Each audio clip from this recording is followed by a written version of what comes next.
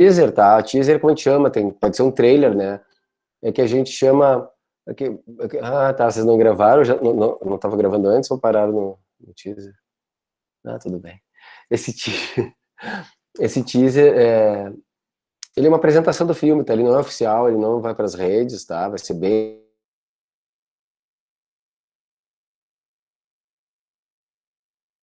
filmes e tal, então a gente fez essa apresentação do filme aí. Então pode ver que não tem diálogos, é só música tocando e cenas do filme, então foi feito super rapidamente, assim. Mesmo assim eu acho bem legal, eu gosto dele, assim, ele mostra legal sobre o filme. Mas o trailer mesmo, então, né, que seria a versão, tá sendo feita lá, é caro pra caramba fazer, né, mas é a distribuidora que vai pagar, então tem uma distribuidora aqui de Porto Alegre que lança filmes e tal. A ideia é falar um pouco sobre direção a partir do que vocês viram desse filme, né? O Rodrigo entra agora com a camisa do Grêmio, mas o Grêmio está jogando nesse momento, então vocês mantêm a gente atualizados aí, que eu estou aqui na secação. Ainda bem que é Caxias isso, que eu sei que metade do mínimo aqui é Colorado. Se fosse Bento, era tudo gremista, né? Mas Caxias, né, Caxias graças ao Caxias, porque quem é do Inter é do Caxias, né? E quem é do Grêmio é do Juventude, né? Vai saber, né? Claro que isso não é geral, mas... E daí a gente vai terminar então de 9h30 para poder ver o jogo do Inter. Eu me esqueci que tinha jogo do Grêmio hoje. Eu lembrei que tinha do Inter. A ideia é falar aqui, tagarelar até as 8h30, mais ou menos, e aí abrir para perguntas. Quando eu abrir para perguntas, gente, eu posso falar o que vocês quiserem sobre produção, direção. Eu posso mostrar um monte de material que está aqui no HD plugado, tá? Então eu vou falar sobre os dragões, depois a gente pode falar sobre coisas gerais. A gente já faz filme há 20 anos, já fiz todo tipo de filme, já fiz série para criança, série nacional, para a TV Brasil, chamada Ernesto, Exterminador de Seres Monstruosos, para criança 6 a 10 anos, projeto, já fiz orçamento, faço os orçamentos dos meus filmes, faço festival de cinema, que é o Cine Esquema Novo, faço Câmera Causa projeto de realização de visual para projetos sociais e grupos de vulnerabilidade. Então eu posso falar de muita coisa, né? Vou falar sobre direção na primeira, até as 8h30 mais ou menos, vamos ver se vai dar, né? Então, me conhecendo eu vou falar mais, então vai passar um pouquinho, tal. Mas se alguém quiser fazer uma pergunta, não sei, as gurias que coordenaram disseram, façam perguntas para depois, aí vocês que estão coordenando, eu não vou, né, extrapolar as regras de vocês, né, e tal. Então eu vou compartilhar com vocês um PowerPointzinho, né, que eu fiz aqui para apresentar para vocês. Ele mistura o que eu uso em aula, mas eu fiz só sobre os dragões, para mostrar algumas coisas dos dragões para vocês aí, tá? Então eu vou compartilhar a tela aqui e a gente se vê às 8h30. Porque, gente, eu não vejo vocês quando eu compartilho, né? Então não sei se vai dar certo isso. Vamos lá. Esta aqui, compartilhar. Ah, tá. Peraí, gente, vou ter que fazer uma coisa aqui. É porque quando eu der para crescer a apresentação, ele vai cair, esse compartilhamento. Eu vou só fazer um PDF. Isso é alguns segundos só. Vou salvar com PDF. Porque sempre dá bug. Esse programa pirata, sabe como é que é? Não fala para as prof aí, tem prof aí? Meu prof usa programa pirata. Save as. Vai dar certo aqui. Vou aproveitar para lembrar que quem não mandou o nome Obrigado. no chat, por favor, mandem. Nome e curso. Ok. Salvo já. Então deixa eu abrir o PDF. Onde é que tá salvando?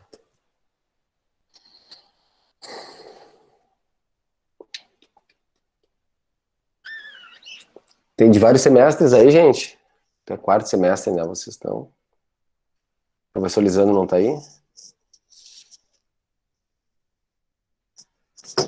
Não. Não. Deve ser gremista, tá vendo o jogo. Tá, deixa eu abrir agora que vai dar certo. Desculpem aí a confusão aqui, mas no momento aqui fiz até uma pastinha pra vocês. Agora vai dar. Abrindo. Ok. Então vamos mudar aqui.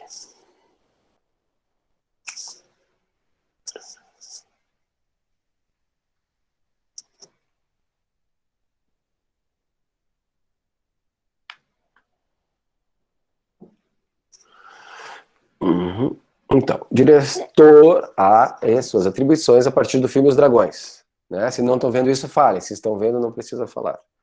Tá? Então vamos falar um pouquinho. Gente, assim, eu vou dar uma passada geral sobre direção, como o diretor se comporta nas diferentes etapas, tá? Então, vamos pensar o seguinte, como é que começa um filme? Começa com uma ideia. A ideia pode ser minha, dirigir o filme, pode ser de um roteirista que trouxe para mim o filme, ou pode ser de alguém que me contratou, tá? No caso dos Dragões, a ideia original era minha, a partir da obra do Murilo Rubião, escritor mineiro. Eu tenho um sócio, que é o Gibran Dip, que é roteirista comigo já há muitos anos, fizemos séries junto e fizemos o Enderando Tangos, né, que é um longa que eu fiz em 2007. Então como é que surgiu a minha ideia? A partir de uma referência, no caso um livro, uma música, um outro filme, esse caso foi da obra do Murilo Rubião, vários contos dele, de uma ideia original, não posso ter tido uma ideia original, estava um dia andando na rua, tropecei numa pedra e pensei, vou fazer um filme sobre as pessoas que não olham para o chão. Tá? Ou contratado por alguém. Então tem lá um produtor, chamou assim, mais Hollywood, mas no Brasil também, eventualmente pode acontecer, eu já fui contratado para fazer filmes, curtas-metragens, o filme do título mundial do Inter eu fui contratado para fazer, chama Gigante, como o Inter conquistou o mundo, né? Então o produtor contratou um roteirista e me chamou para dirigir, então pode ter essas diferentes formas de um diretor entrar em um projeto. O projeto é seu, projeto é em parceria, a ideia é sua, a ideia é de uma outra pessoa, ou foi contratado. O diretor geralmente se envolve na pesquisa do roteiro, né? Mas se é um roteirista contratado só para ser roteirista, o diretor vai ler o roteiro, vai sugerir coisas e tal, mas é um roteirista. Eu geralmente sou co-roteirista dos projetos que eu me envolvo, porque eu trabalho muito mais na ideia crítica e o Gibran trabalha muito mais no texto. Ele é muito bom em diálogos e coisas assim, estruturação de cenas, então a gente debate ideias. Então a gente fica meses, tá, gente? Reuniões semanais, mais de umas vezes. Né? Então agora, nesse momento, a gente está finalizando um roteiro de um longa adolescente também para uma produtora do Rio de Janeiro. O projeto é nosso, mas a produtora é do Rio. Então a gente faz reuniões toda semana, a gente fez argumentos e tudo, e agora fizemos o primeiro tratamento do roteiro. Não sei se vocês já tiveram aula de roteiro ou não, mas tratamento é cada versão que um roteiro tem. Então, cada vez que tu mexe no roteiro, faz uma nova versão, não é mudar uma letra, né? Vamos sentar e trabalhar. Então, tu fica trabalhando um período, né? E aí a gente fez uma nova versão, se chama Assistente Mágico do Mágico. No caso dos Dragões, foram 10 tratamentos de roteiro. O 11º é o pós-script, ou seja, filme pronto, o Gibran pegou, foi lá, ouviu todo o filme e traduziu o filme, né? Pegou todos os diálogos como ficaram na versão final, 11º. Mas ele foi filmado, foi o 10º tratamento do filme, a 10ª versão. Tá? Isso aí há alguns anos. Porque até o roteiro surgiu, o projeto e tal, surgiu daí. Fizemos juntos o roteiro. Bom, quando essa ideia deixa de ser um roteiro, ou deixa de ser uma ideia e vai virar um roteiro, como eu disse, então o diretor pode escrever, vocês estão vendo aí, podem fazer print screen da tela, bacana, podem guardar esse material se quiserem, ou o diretor acompanha e sugere, ou o diretor decupagem é quando, né, a gente pega o roteiro e começa a transcrever ele para uma ideia de filmagem, né? Então, aí tem, às vezes o diretor não interfere. Então, quando eu fiz essa série chamada Ernesto no Rio, eu era um diretor contratado. E tinha as showrunners. Showrunner é uma palavra muito comum no meio do audiovisual, principalmente nas séries, que é uma pessoa que é dona do projeto, ela é produtora, ela é roteirista, ela que escolhe elenco, ela que diz se pode mudar ou não. Então, toda vez que eu tinha que mudar uma cena, alguma coisa, eu perguntava para as duas showrunners, para as duas roteiristas da série. Eu não tinha autonomia como diretor para mudar coisas. Eu dizia, gurias, ó, acho que tem um probleminha aqui, tá uma incongruência de tal coisa, eu posso mudar aqui? Ah, sim, boa ideia. Ou espera que a gente vai escrever e já manda para ti. Então elas escreviam, imprimiam e já chegava a nova folha do roteiro para filmar. Tá? Então tem isso. Bom, um diretor ajuda a definir público junto à distribuidora. No caso, a nossa distribuidora se chama Lança Filmes, ela é de Porto Alegre. Então a gente vai definir o gênero do filme. Tá? O gênero, neste caso, o gênero é se ele é uma comédia, uma ficção, um documentário. Tem os gêneros principais, né, que é ficção, documentário, animação, experimental, geralmente. Aí tem subgêneros, que é uma comédia dramática, é um drama social, né, e assim vai, tá? Então a gente define isso, a gente define faixa etária. Então, os Dragões, eu dizia que era 12 a 18. Aí os caras veem filmes, não é 12, é 14. A Lança Filmes lá, 14, Guzo, tá? Então, 14 e 18, público principal, Isso não é a faixa etária da classificação etária, tá? Da classificação indicativa. Aquilo quem faz é o Ministério da Justiça, com base nos direitos humanos e no Estatuto da Criança e do Adolescente, só vocês saberem. Não é uns malucão que ficam lá dizendo qual é a idade do filme. É baseado em direitos humanos e Estatuto da Criança, é muito importante. Então, lá é uma coisa. Né? Então, provavelmente, os Dragões deve ser, a gente vai lutar para ser 12 anos. Não é aquele filme indicado para 12, ele pode ser visto a partir de 12. Talvez ele seja 14, talvez ele possa ser até 10, dependendo, porque tem coisas lá para ver. O que nós vamos fazer é a faixa etária. Então, o meu filme, então, quando eu vou fazer uma apresentação do projeto, eu digo, Os Dragões é um filme sobre tal e tal coisa, público-alvo, adolescentes, 14 e 18. Público secundário, 12 e 24, jovens adultos. E a classificação indicativa, daí a gente vai tentar, então a gente pensa junto, aí que é o próximo, a gente vai tentar que ele seja 12 anos. Porque isso abre para um público maior. E o diretor, nesse período, ele ajuda e faz textos de apresentação. Tu está no projeto ainda, né? Então tu tem que fazer uma justificativa, uma apresentação, dizendo este projeto surgiu quando eu li Murilo Rubiano, em 1998, vi um curta-metragem chamado Bloqueio. Tu faz um texto, assim. Ele vai ser feito em Cotiporândia, a minha avó nasceu, eu já filmei lá o Morro do Céu, e tal, tu faz coisas assim. Vocês vão ver alguns textos meus na sequência, algumas coisinhas. O diretor faz sinopse junto com o roteirista, se o diretor é o roteirista também, tem que pensar uma sinopse. E a sinopse tem tamanhos, tem sinopse que é até 50 palavras, por exemplo. É muito comum isso. E as concepções. Então tem uma concepção de direção, geralmente, e essa concepção de direção, ela pode e deve envolver a arte, a fotografia, a montagem, o som. Então, vou dizer, é um filme que tem uma fotografia inspirada no cineasta taiwanês Wong Kar-wai, diretor de foto americano Christopher Doyle, inglês Christopher Doyle, né, tal. Isso é o diretor de foto, tá, que trouxe, mas vai ser uma fotografia mais contrastada, sem muitos coloridos, porque esses jovens estão sofrendo. Não vou falar. A arte vai levar em consideração elementos quentes para cenas que tem fogo e tal, a montagem, assim vai. Então, tu faz concepções. Então, isso aqui é como o diretor se insere nesse período de ideia, pesquisa, roteiro. Né? Então, vejam bem. Esse aqui é um trecho do conto Os Dragões, de Murilo Rubião. Ele sempre tem uma epígrafe que é tirada da Bíblia. Fui irmão de dragões e companheiro de avestruzes, Jó 30, 29. Os primeiros dragões que apareceram na cidade, muitos sofreram com o atraso dos costumes, receberam precários ensinamentos, sua formação moral ficou irremediavelmente comprometida pelas absurdas discussões surgidas com a chegada deles ao lugar. Bom, esse primeiro parágrafo, ele está no filme, inclusive, narrado pela professora, ela fala isso numa cena do filme, que a gente vê os jovens fazendo exercício no teatro, tá? Então surgiu daí, né, para vocês darem uma olhadinha aqui no roteiro. Mas é importante a gente ter referências para um filme, né, gente? Então agora, por exemplo, hoje eu dei uma aula de documentário, meus alunos entregaram um trabalho hoje, eu pedi 4 coisas para esse trabalho. Um argumento, sinopse, porque é um pré-roteiro, eles vão entregar o roteiro daqui a 2 semanas, pré-roteiro. Então eu pedi um argumento ou sinopse.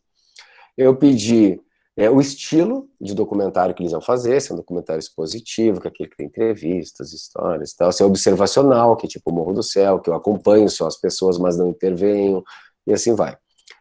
Pedi o estilo, pedi a forma que eles pretendem filmar aquilo, como é que é a abordagem que eles vão fazer com os personagens, e pedi a referência. Que referência que eles têm? Que filmes que eles viram, que obras de arte, ou que coisas da vida, o que faz com que eles tenham uma ideia para fazer o filme, tá? No caso dos Dragões, o que nós fizemos?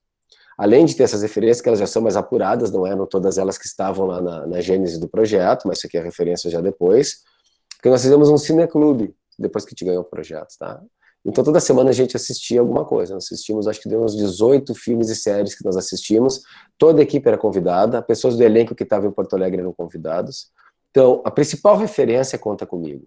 Não tem filme que seja em cidade do interior e tenha trilha de trem que não tem como referência Conta Comigo, do Rob Reiner, 1984, se não me engano, tá?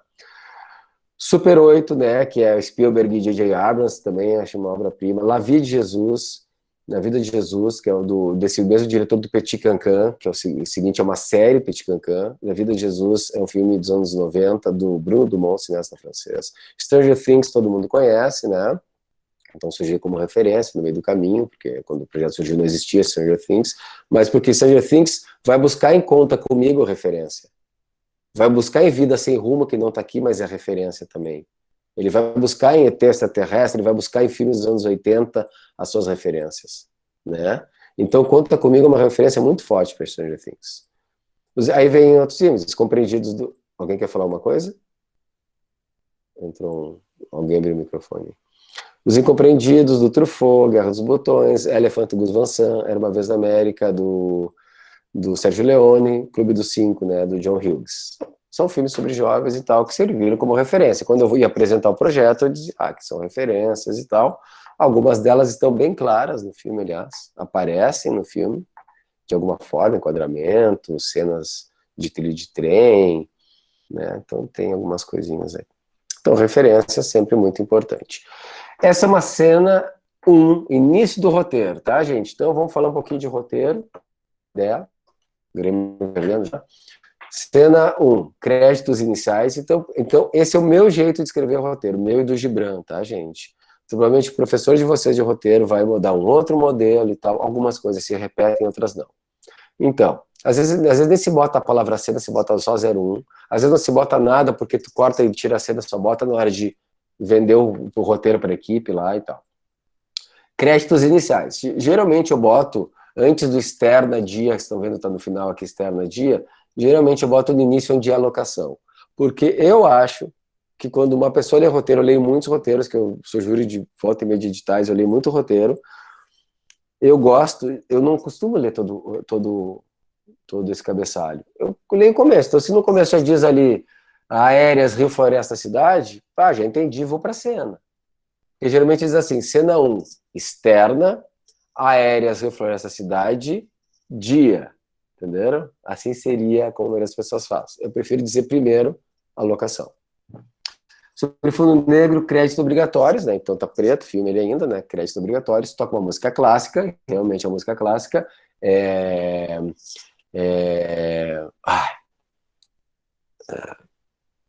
do Bach, São Sebastião. A gente fez uma... Essas músicas estão no domínio público, então eu só contratei um cara para tocar, né? Então ele toca, não é aquela que tocou no filme ali, mas a gente tem o La Chacopianga também, que é essa assim que tocou. Tá? Depois eu lembro da música. Que é uma música que toca nos filmes do Tarkovsky também. E também toca no Rapon, do Carlos Regadas. Então há uma descrição, né? Em cima tu descreve a cena, né? Uma rubrica descritiva. Voz dos Cinco Dragões se mistura a música clássica. Como não aparece nenhum personagem, não está dizendo ali. Dani, 15 anos, baixinha, vestindo roupas assim assado e tal. Zeke, 14 anos, tarará. Todos eles eram adolescentes quando fizeram o filme, um deles tinha 18, o resto tinha 15, 14. Tal. Aí vem diálogo. Então nota que diálogo, ele está com 3 tabs, ele está diferenciado. Então se vocês olharem para essa cena aqui, vai ser uma leitura fácil. Ela tem esses espaçamentos porque ela prevê 1 minuto por página, isso é internacional.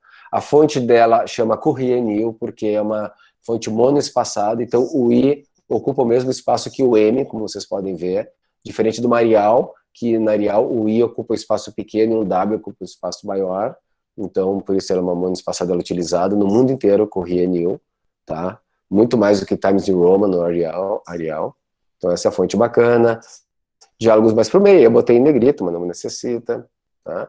E aí tem os diálogos, que saco, coisa de velho, meus pais gostam, então, coisa de velho. Fui sintonizando um rádio, a música muda para uma rádio italiana, e assim segue. Tá? Depois, se alguém quiser, eu posso mostrar outras cenas do roteiro e mais além. Isso aqui era só para dar uma introdução para vocês do roteiro.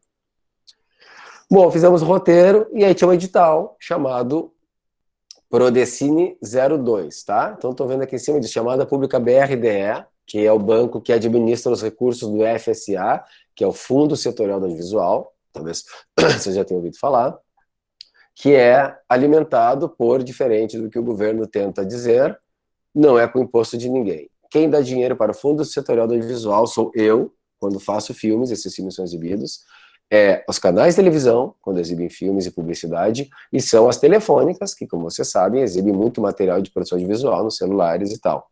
Então, o Fundo Setorial do Audiovisual, que tem lá 4 bilhões de reais, ele é alimentado por nós mesmos. Somos nós que damos dinheiro para lá. Então, teoricamente, o governo nem teria ingerência para pegar e contingenciar esse dinheiro e guardar. Mas eles estão tentando fazer isso e cancelaram. Então não é dinheiro do meu pai, do pai de ninguém, de não sei o quê, do agricultor, né, que tem lá seus benefícios e tal também. Não é. É dinheiro nosso, de quem faz audiovisual. Então nós escrevemos esse edital. Então tem um formulário que tem que ser preenchido, então aqui começa o preenchimento, só mostrando só o início para vocês, identificação do projeto, título Os Dragões, quem está propondo foi a própria distribuidora, porque este edital para o Decine 2, ele era obrigatório que fosse proposto por distribuidoras, porque de certa forma isso, quando as políticas audiovisual eram debatidas democraticamente, né, isso foi criado, entendido que isso era para fazer com que uma distribuidora entrasse já no início do projeto. Então o projeto já tem uma distribuidora. Como é que eu cheguei na Lança? Olá, Lança Filmes, tenho aqui um projeto de filme, vocês gostariam de ver? Sim, tu pode vir aqui um dia apresentar, aí eu vou lá na Lança, faço um pitching, que é uma apresentação de 5 a 10 minutos do meu projeto, onde eu falo da sinopse, falo das referências, falo do elenco, onde vai ser feito, quanto custa e tal. A Lança diz, bacana, gostamos, vamos distribuir o seu filme. Há um edital chamado Procine 02, vamos colocar, Gustavo? Falei, opa, Yupi, vamos lá, o que vocês precisam? Aí eles disseram, então tu precisa preencher o projeto, estou como diretor, o Gibran como roteirista, precisa preencher alguns itens. Então a gente começa a fazer um projeto, que está ali, aspectos artísticos e adequação ao público. É o item 3. Que diz, proposta de obra cinematográfica. Apresentação da obra cinematográfica de ficção, incluindo tema, visão original, resumo do enredo, tom, tarará. Então tu faz um texto, às vezes tem limitação de número de caracteres, às vezes não. Não tem problema. Gente, isso aqui é quase uma monografia. Esses projetos aqui tem tipo 100 páginas, tirando o roteiro, de argumentação, às vezes é um negócio maluco. Tá, não vou exagerar, mas umas 40 vai tranquilo aí. Então tu fica um tempo fazendo. Como é que eu comecei? Como é epígrafe do O Conto dos Dragões. João acabara de vomitar fogo. Compreendi que ele atingira a maioridade. Com essa frase eu deixo claro que é um filme sobre jovens, né? Os dragões. Durante todo o meu texto, eu vou ter textos argumentativos e eu coloco outras frases dos contos do Murilo Rubião. Eu vou colocando. Então eu começo. Geralmente eu começo uma apresentação, gente, que isso aqui já tá velho, tá? Mas se começa uma apresentação, eu sugiro sempre com uma ideia de storyline ou logline, que é tipo uma sinopse de 1 a 3 linhas mais ou menos, tá? Porque é a partir daqui que tu vai pegar o interesse ou não da pessoa que está lendo o projeto. Então, como é que eu começo o meu projeto? 5 jovens chegam a uma pequena cidade e assustam a todos com seus poderes pirotécnicos. Demônios, brada o padre. Apenas jovens que precisam de aprendizado, argumenta a professora. Ainda está meio parecido hoje um deles, né? É demônios, brada o padre, adolescentes, argumenta a professora. Tá isso, é 2 linhas e tal. Só que não era mais 5 jovens chegam, porque com as mudanças de argumento, de tratamento do roteiro, a gente entendeu que os jovens deveriam ser da cidade. Isso foi depois da gente já ter ganho edital, a gente mudou. Então eram 5 jovens da própria cidade de Cotiporã, que no filme se chama Monte Vêneto, que era o nome de Cotiporã antes da Segunda Guerra Mundial, Caxias também tinha um nome antes da Segunda Guerra Mundial, Bento e Veranópolis, acho que era Alfredo Chaves, e assim vai. Eram nomes de italianos ou coisa assim, que foram proibidos de serem colocados. Então essa foi uma digressão no meio da conversa. Então, chama Monte Vêneto, o nome dessa cidade, e isso é, então o que eu digo? Que tem 5 jovens, olha o que tem do primeiro conteúdo, tem 5 jovens, pequena cidade, que eles têm poderes pirotécnicos, ou seja, eles soltam fogo, ou tocam fogo em alguma coisa, que é um padre que é contra eles, e que é uma professora que é a favor deles. Então, nessa logline, eu botei os principais elementos que contém meu filme. Aquilo que se eu falar só isso, e um cara for bom, ele vai, e um cara que tá lá para comprar o filme vai dizer, beleza, gostei, assina o cheque, quero o teu filme. Aí depois eu começo, os narrões, narram um trecho da vida de 5 adolescentes, aí eu desenvolvo isso. Então sempre eu começo, gente, seja um pitch, uma apresentação, uma frase sobre o que é o teu filme, tu tem que ter isso já meio decorado, assim. Agora a gente mudou. Tá? Bom, ganhei o edital, então ganhei o edital para o Decine 2, R$ 1.486.000 para fazer esse filme. Ai, que monte. Não, não é, tá, gente? Mas também não é pouco, tá? Esse é um filme que tem recursos. O fundo setorial funcionava, porque, gente, agora eu não sei mais como é que tá? Era mais ou menos o seguinte.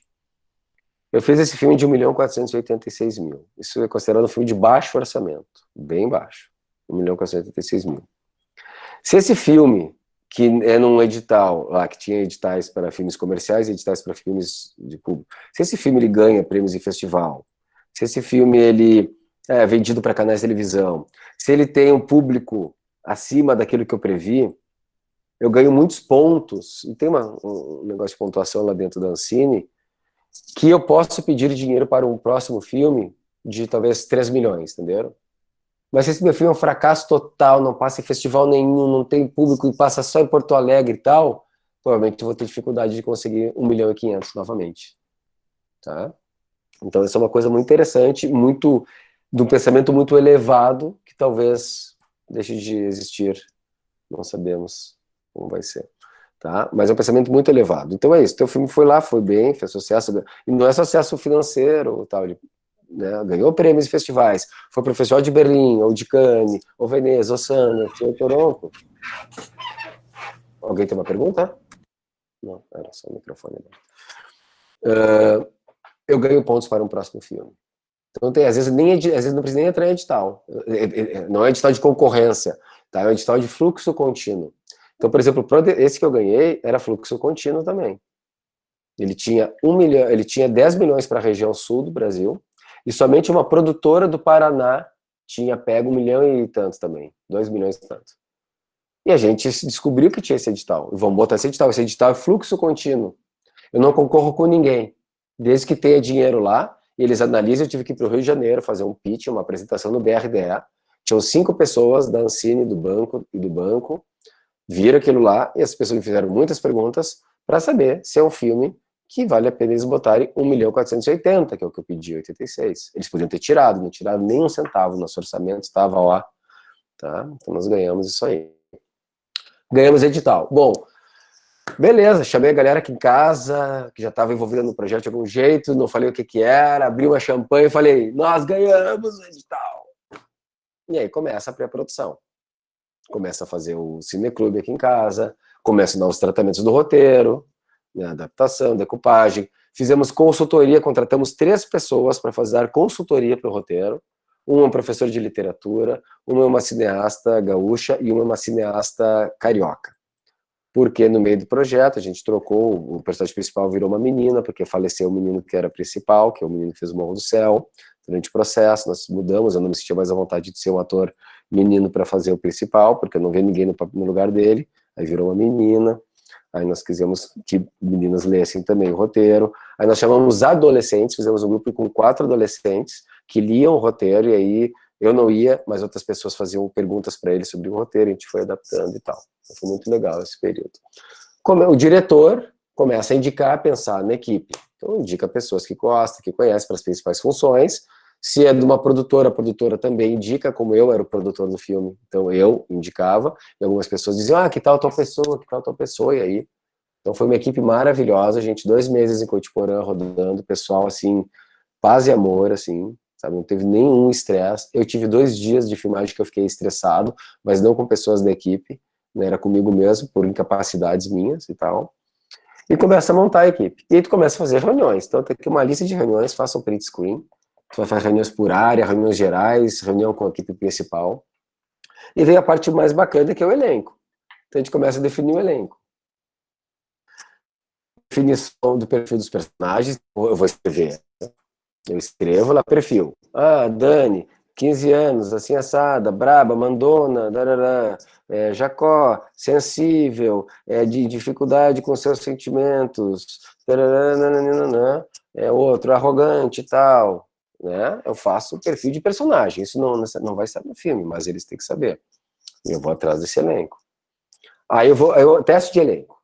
Aí eu vou para Coitiporã, por exemplo, e tem um grupo de teatro em Coitiporã com 23 atores e atrizes. esse grupo de teatro já está envolvido no projeto desde sempre, então sempre que quando eu criei esse projeto, eu já havia conversado com a professora, ela só me fez uma única exigência, que todos os 23 participassem de alguma maneira do filme. Eu achei que era uma exigência justa, e todos eles participam de alguma maneira, todos com papéis, alguns tiveram 2, 3 diárias, alguns tiveram 20 e poucas diárias no filme, as outras têm papéis com fala e tal, mesmo os que estavam há 2 meses, porque daí trocou, não é? Eu fui fazer o filme lá, a gente estava 2 meses no grupo de teatro, mas mesmo assim foram bem. Faço o teste de elenco. Como é que é o teste de elenco? Eu vou lá, deixa eu mostrar aqui. Onde é que tá o teste de elenco? Aqui. Então, esse aqui é o encontro com o elenco. Tá aqui todo mundo, né, reunido. Eu levei 2 atores que tinham feito uma série comigo. São esses 2 que estão no meio do lá, entre o menino de vermelho e a menina de preto aqui no meio, de costas para a cortina. Eles tinham feito uma série adolescente comigo e eu levei eles para falar sobre produção audiovisual e tal, lá que a galera fizeram. E o que acontece? Eu ia lá assistir as peças de teatro dessa turma. O que será que era a página 8? Ah, isso aqui é o roteiro, tá certo. Eu assisti as peças de teatro dele e comecei a pensar no elenco, tal pessoa. Mesmo assim, eu fiz testes com eles. Os testes eram muito mais conversas pessoais para saber sobre como era cada um do que um teste de uma cena. Eu nem fiz teste de cena, só depois com algumas pessoas.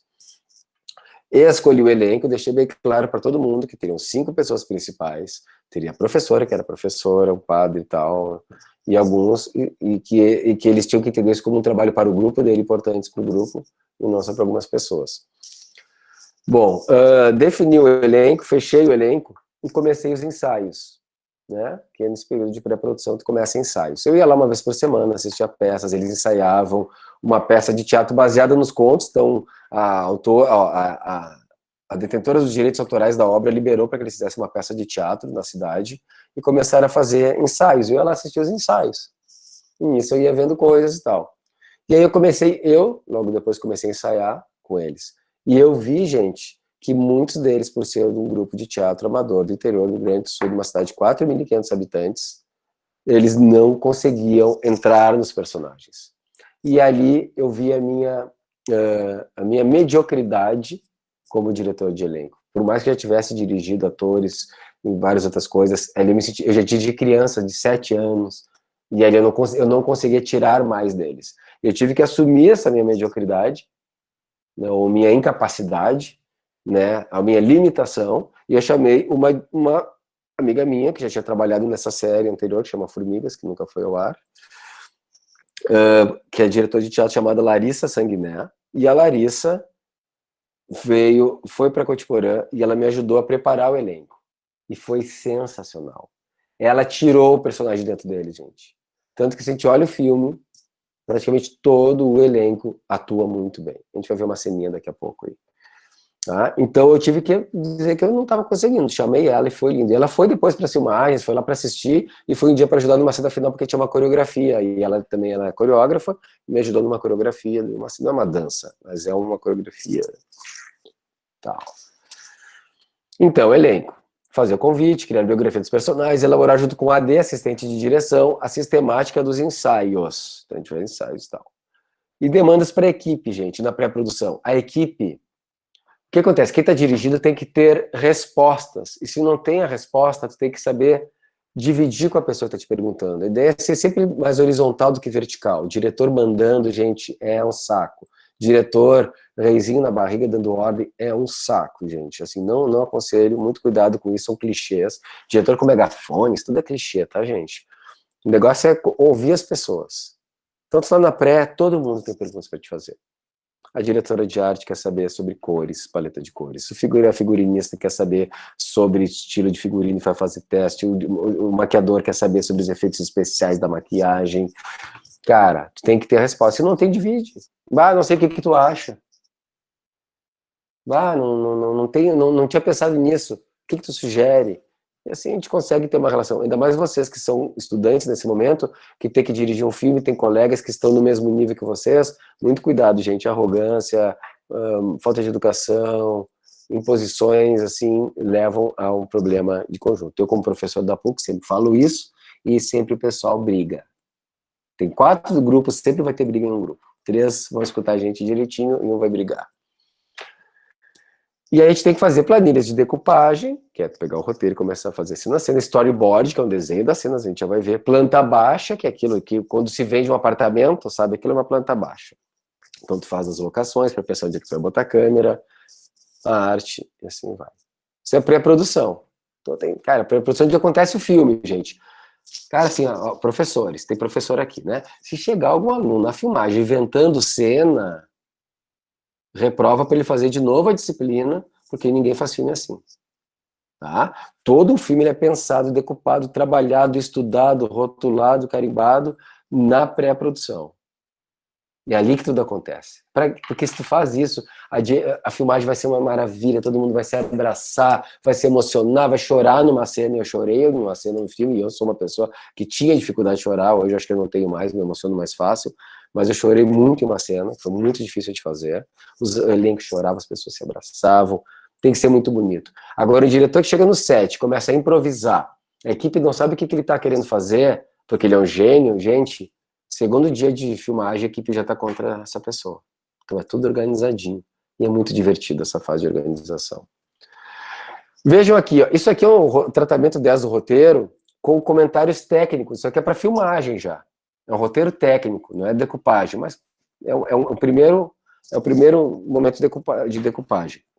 O que eu faço? Eu pego o roteiro, que às vezes não sou roteirista, pego o roteiro e começo a pensar o que acontece a cada cena. Então, eu vou botar ali, considerações gerais, nova relação ao tratamento, sugerimos ler isso antes de iniciar o roteiro, e boto.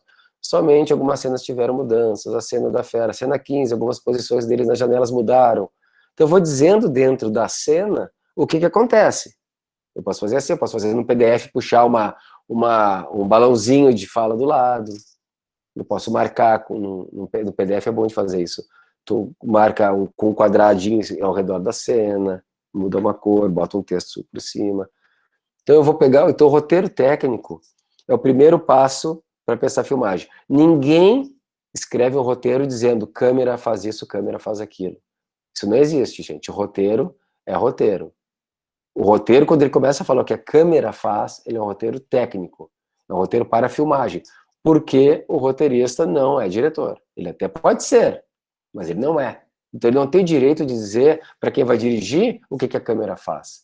Ele pode induzir através do seu roteiro. Ele pode dizer, Maria Antônia, Maria Augusta está comendo enquanto o professor dá aula e fica com um pouco de maionese no canto da boca. Aí eu tô vendo e vejo naquele plano ali um plano detalhe da boca, ou super close da boca, né? Então o roteirista dá a entender através da sua descrição, mas ele não vai dizer câmera mostra, tá? Então o roteiro técnico que diz câmera mostra, porque o roteiro técnico é o roteiro do diretor. Muito obrigado, senhor roteirista, aqui está o seu cachê, adeus e até o lançamento do filme. Não chamem o roteirista para o set. Eles vão dizer, vocês mudaram meus diálogos. Vão dizer, a gente já viu isso muito. No caso, como eu sou roteirista, o Gibran é meu sócio do filme, e nós nos damos bem, o Gibran estava no set todo dia comigo. Ele estava lá, ele não estava recebendo nem nada, ele ficou todos os dias acompanhando as filmagens, e às vezes a gente mudava alguma coisa. Tá? Não chamei roteirista para set, a não ser que seria muito bom. A relação entre vocês. Então, obrigado. Mandei embora o roteirista, agora o roteiro é meu, do diretor, agora eu vou fazer... Vou pegar, claro, não vou ficar mudando o roteiro, né? Eu vou pegar e vou fazer agora a minha parte, que é transformar aqueles textos em cenas. Isso é um roteiro técnico, isso é uma decupagem. Aqui estão vendo uma decupagem, ó. Esta é uma decupagem com storyboard. Essa casa está no filme, isso aqui está em efeito especial, inclusive, essa casa. De repente eu mostro aí para vocês. Nós recortamos ela daqui, botamos ela num outro terreno. Filmei uma parte aqui, uma parte lá, e ela aparece. Então, no meio do filme, ela desaparece, a casa. Então, o que eu fiz? Eu fiz uma fotografia, o diretor de foto foi lá, fez mais ou menos do ângulo, então uma decupagem com storyboard, tu prevê já o enquadramento que tu quer fazer. Então, eu previ do ângulo que eu queria fazer, e escrevi isso no meu próprio celular, eu fiz isso. 4 de setembro, manhã, cena 47D e 3D. Porque ela está em dois momentos. Lente 18mm, na pós, aí um aviso, na pós cortaremos só a casa verde para colocar ao lado da branca. Teria que ser essa lente, por causa do espaço, ao lado da branca. 16 horas rodaremos de manhã. Então já tem até uma coisinha meio de pensamento de ordem do dia. Por que rodaremos de manhã? Por causa desta sombra que vocês estão vendo aqui. É uma sombra da tarde, e eu não posso ter essa sombra. Eu preciso que a casa esteja toda iluminada. Um outro planinho, tá? Esqueça esse lixo aí. Mas o enquadramento é esse, exatamente está no filme. 7 de setembro, tarde, cena 69M, lente 35, travel in até close. Travel in é aquele trilho, bota em cima e corre, até close. Menininha que estaria ao lado da árvore com 4 amigos. Tá? Então é um desenho do que seria essa cena. Eu fiz isso. Eu poderia fazer isso numa folha de papel, uma coisa ao lado da outra, mas eu começo a dizer, e aí quando a gente vai, isso a equipe recebe, quando eu chego lá, eu posso chegar só para dizer ação. Porque se o meu assistente tem isso, o diretor de foto tem isso, a equipe tem, eles vão montar a câmera exatamente nessa posição, vão montar o traveling e tal. Claro que eu não vou chegar na hora da ação. Inclusive, eu era a última pessoa a sair do set junto com o diretor de foto e a galera que desmontava o set. A gente ficava junto, pela parceria mesmo. Né? Ficava lá junto com o pessoal batendo papo, às vezes comprava uma cervejinha depois tal, e dava pra galera, se era um dia muito puxado. Então, a equipe precisa de uma decupagem para saber o que vai ser a cena. E aí a gente imprime isso, cola nas paredes, ou as pessoas recebem, tem uma ordem do dia que a gente vai ver depois. Tá, esse era o ensaio, o teste de elenco e tal. Bom, isso aqui é um teste de maquiagem, tá, gente? Então vocês estão vendo aqui a menina, ela veio a Porto Alegre, faz um teste, porque ela vira um dragão, pelas tantas. Tá, então aqui, como ela viu, aqui já é o gesso. Gente, desculpa, se alguém tem claustrofobia, isso deve ser terrível, porque ela fica só com 2 canudinhos no nariz ali, para poder respirar, e a boca e o resto é fechado. Me dá até uma coisa, eu não faria isso. Né? E aí fez esse molde aqui, para fazer esta maquiagem aqui que vocês estão vendo. Tem muito mais, tá? Então tem chifres aqui saindo da cabeça dela, tem chifres na testa, chifres maiores em cima da cabeça, ela não raspou o cabelo, isso aqui é tudo uma coisa que foi colocada na cabeça dela, mas parece que é real. Tudo isso aí, a gente vê uma ceninha. Então, a gente tem que fazer teste de maquiagem para um filme como esse. Né? Você tem que ouvir o maquiador e ele vai te fazer perguntas. Ah, diretor, se fosse um filme normal, tá? A maquiagem de tal personagem é batom vermelho, é batom branco, é sem batom, é unha pintada? Ele vai querer saber isso, entenderam? Então a gente tem que ter essas respostas, ou dividir com essa pessoa a ideia. Nesse caso, ele é efeitos especiais, então envolvia muito mais coisa. Né? Um monte de gente fazendo, envolvia dinheiro, trazer a menina para Porto Alegre, ela era menor de idade, tinha que vir com a família, e assim vai. O que mais? Aqui é uma referência, por exemplo, do cenário que ela tá, né? Ela tá aqui, ela tá olhando para essa mulher que a gente tá vendo ali, só que a gente vê o fundo aqui, só nessa cena a gente vê esse cenário no fundo cheio de caveiras e coisa assim. E a referência tá nesta obra aqui esqueci o nome do artista, isso é uma referência da direção de arte, não era minha, tá? Mas ela que trouxe essa referência, da direção de foto. Esse é o cara que faz aquele que corta o pescoço também. Acho que é o Degas. Degas. Acho que é. Tá? Então, nota a referência de luz, estão vendo? Por quê? Porque a vela, essa cena que vocês estão vendo lá à direita, ela se passa em 1920 no máximo, ela se passaria. Não tem data, tá? Mas na nossa cabeça era isso, não tinha luz. Bom, não tinha luz em muitos lugares em Cotiporã, gente, até os anos 80, eu lembro de não ter luz lá no interior. Tá? Então, a luz de velas, ela está iluminada, a luz de velas, com umas luzinhas leves aqui, por aqui. Tipo essa que está vindo no meu rosto aqui, que é uma luz que eu botei aqui em cima da mesa. Então referências são importantes. Chegamos na filmagem, às 8h37, eu falei que ia passar. Gente, filmagem. Coisa muito importante para uma pessoa que vai dirigir numa filmagem, assim, gente, é ter paz mental. Eu sei que é difícil, às vezes tem que tomar um remedinho, coisa assim, mas é muito importante. Então tem 2 lados, tá, para essa paz mental. 3 lados. Um lado é ter feito as coisas na pré, ter decupado, ter estudado as locações, ter ensaiado, saber o que vai acontecer.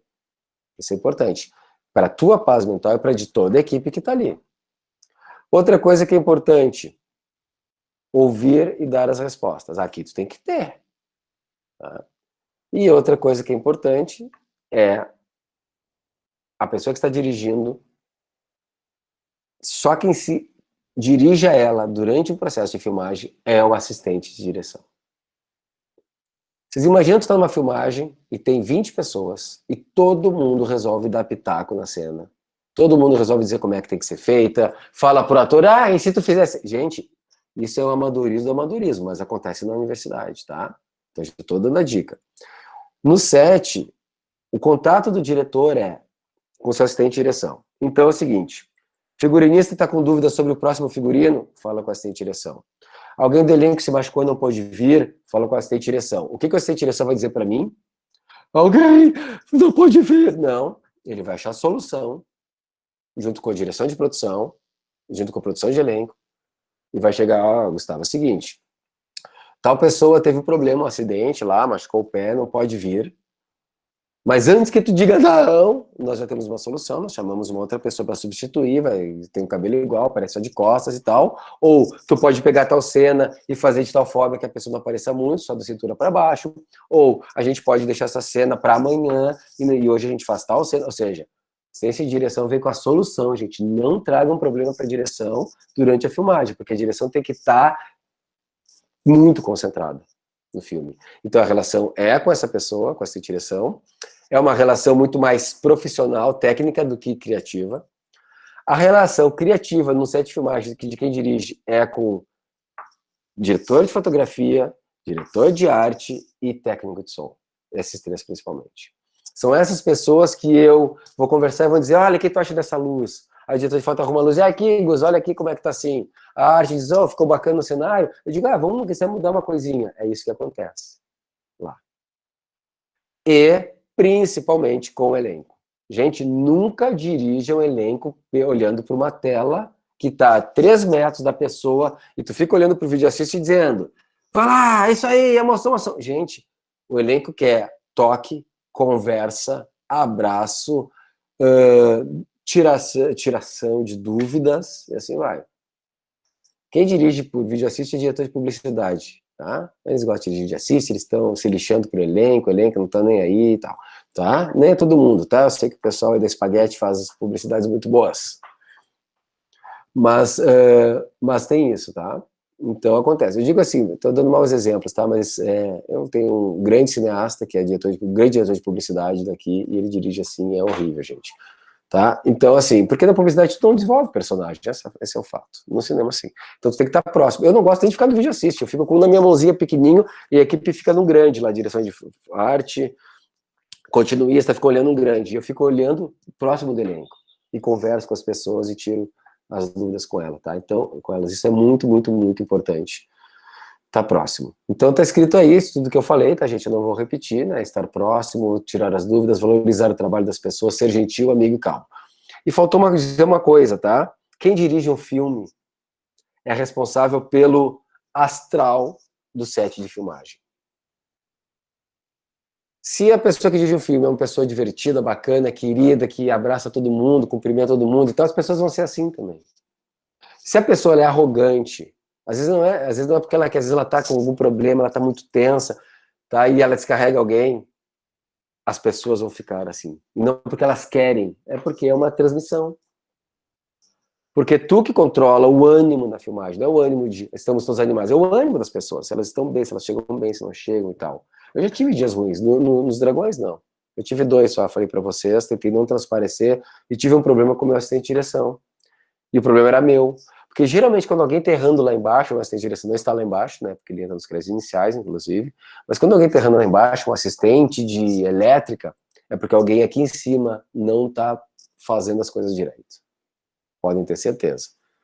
Então, às vezes a gente tem essa arrogância de querer xingar uma pessoa que tá inferior a ti, gente. Isso aí é uma covardia, tá? Mas eu vejo muita gente fazer isso, tá? A minha, se eu vou discutir com alguém no set, é com o meu assistente, é com o diretor de foto, é com alguém que está nesse nível no set de filmagem. Se alguém está errando lá, eu vou conversar com o diretor de arte, por que tal pessoa não fez tal coisa? Então o que aconteceu? Quer ver uma coisa que aconteceu nos Dragões? A assistente de direção de arte se esqueceu de fazer um figurino, que era uma mala de garupa, essas de gaúcho, sabe? Se esqueceu de fazer uma mala de garupa. Ela não fez, ela devia ter feito, devia ter vindo de Porto Alegre para lá. Chegou o dia da filmagem, aparece uma mala de garupa branca, eu falei, guria, você não tinha provado a mala de garupa, aquela estrada e tal, elas costuraram, ela ficou costurando e tal, uma branca, sim, assada, eu disse, não tem problema, a gente pode substituir por tal coisa e tal, não foi o fim do mundo, entendeu? Mas eu entendi que ele tinha algum problema, mas eu não me sinto à vontade de brigar com a pessoa aqui. Então, se usar pra fazer uma mania de garoto, sabe? Eu posso olhar para diretor de arte e dizer, pô, rateada, né? Mas não aconteceu porque estava tudo muito bonito, assim, nesse cenário. Então tá ali, manter o bom humor, ser gentil, manter o astral da equipe, saber ouvir e processar, a assistente de direção faz a ponte, estar apaixonado pelo filme, DF a direção de foto, ou Director of Photography, DOP, D a direção de arte, AD, conte continuista, TS técnico de som. Tá ali na do meio sobre equipe, né? Tal. E aí tem essa frase do David Mamet, né? Seja simples, idiota, e não viole as regras que você realmente conhece, né? Às vezes tu tem que ser simples, como é que eu abro a porta? Perguntou o ator. Tu diz, ué, tu vai lá e gira a porta. Tu caminha até a porta e gira a porta, abre a porta. Né? Às vezes eu tô na simplicidade. Então a filmagem tem que ser esse lugar, esse ambiente bacana, que a gente vai lembrar pra sempre. Se as pessoas fizeram o filme, a gente vai lembrar pra sempre. Porque eu tava lá estressado, já terminava os diários, já ia decupar, já fazer coisa no dia seguinte e tal. E a galera tava jogando vôlei no gramado.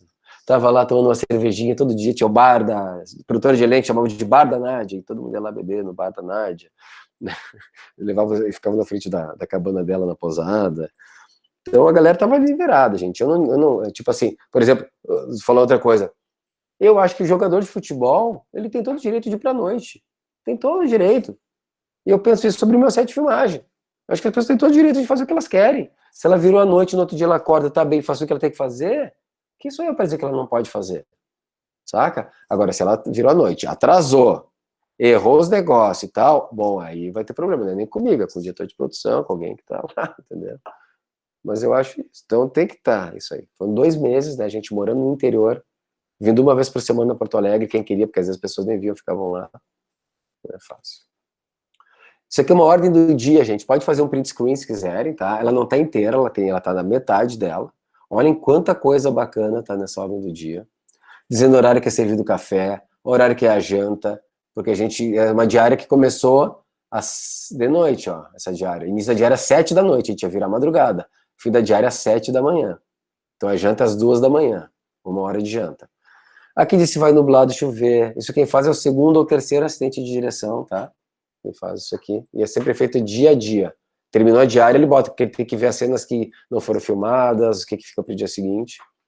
Então tem os contatos das pessoas, horário que as equipes chegam, horário, e aí começa aquela lista ali, ó. Horário, 18h30, chega a produção, 19, saída, tá. Tu vê que chegou às 6h30, começou o deslocamento, a primeira cena foi filmada às 21h30, porque a fotografia precisa de 1h30 para preparar a locação, a arte precisa de 1 hora para preparar a locação. O elenco só chegou às 9, viram? Tá aí. Ordem do dia. Quem faz isso? A segunda, terceira assistente de direção, em parceria com direção de produção também, pode entrar. No filme profissional é só o assistente, mas no filme normal, direção de produção pode fazer. Primeiro, segundo assistente pode fazer a ordem do dia, tá? É a ordem que as coisas acontecem. Então, se eu tô atrasando, alguém vai me dizer, Gus, já aconteceu nos Dragões.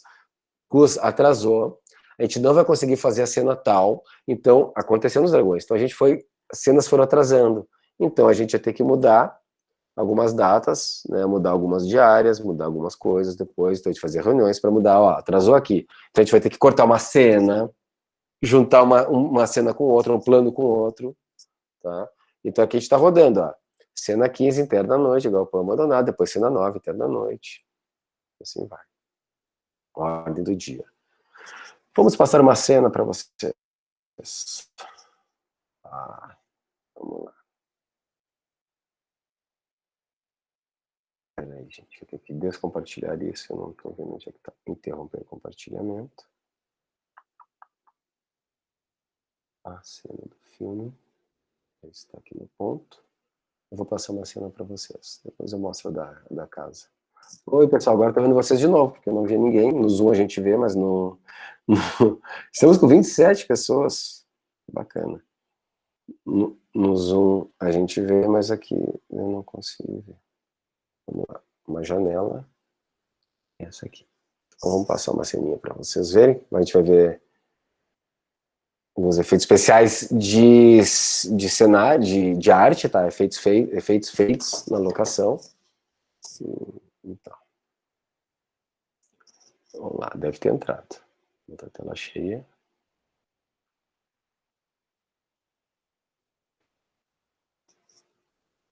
Só isso. Podia levar um pouquinho mais, né? Oi, Ana. Oi, Ana. Oi, Ana.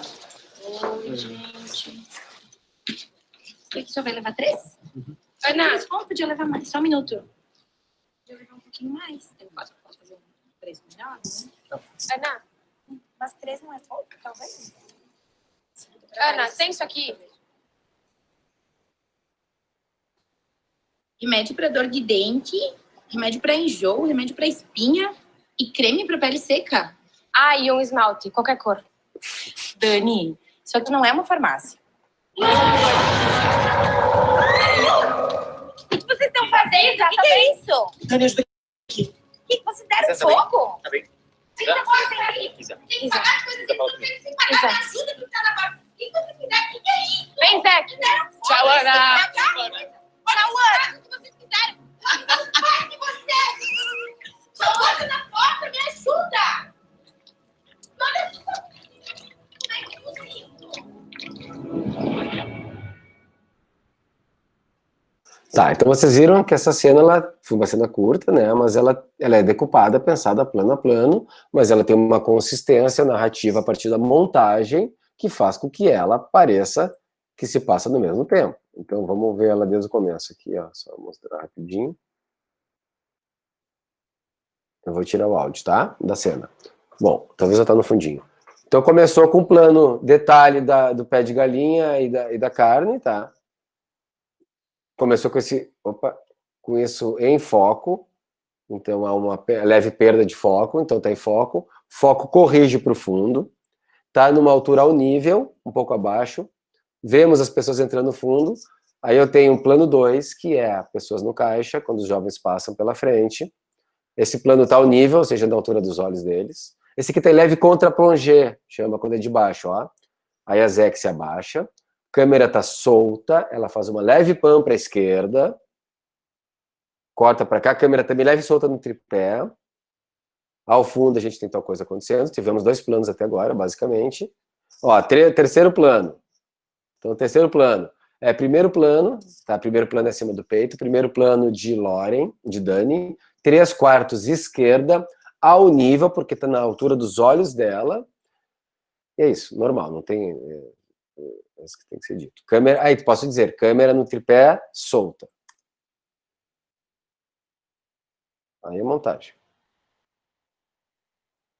Opa, aí cortei para um plano americano, que é de joelho, do pessoal no fundo, eu vou dizer no fundo, frontal, com um tilt down, que é, ou seja, a câmera descendo de cima para baixo, tilt down,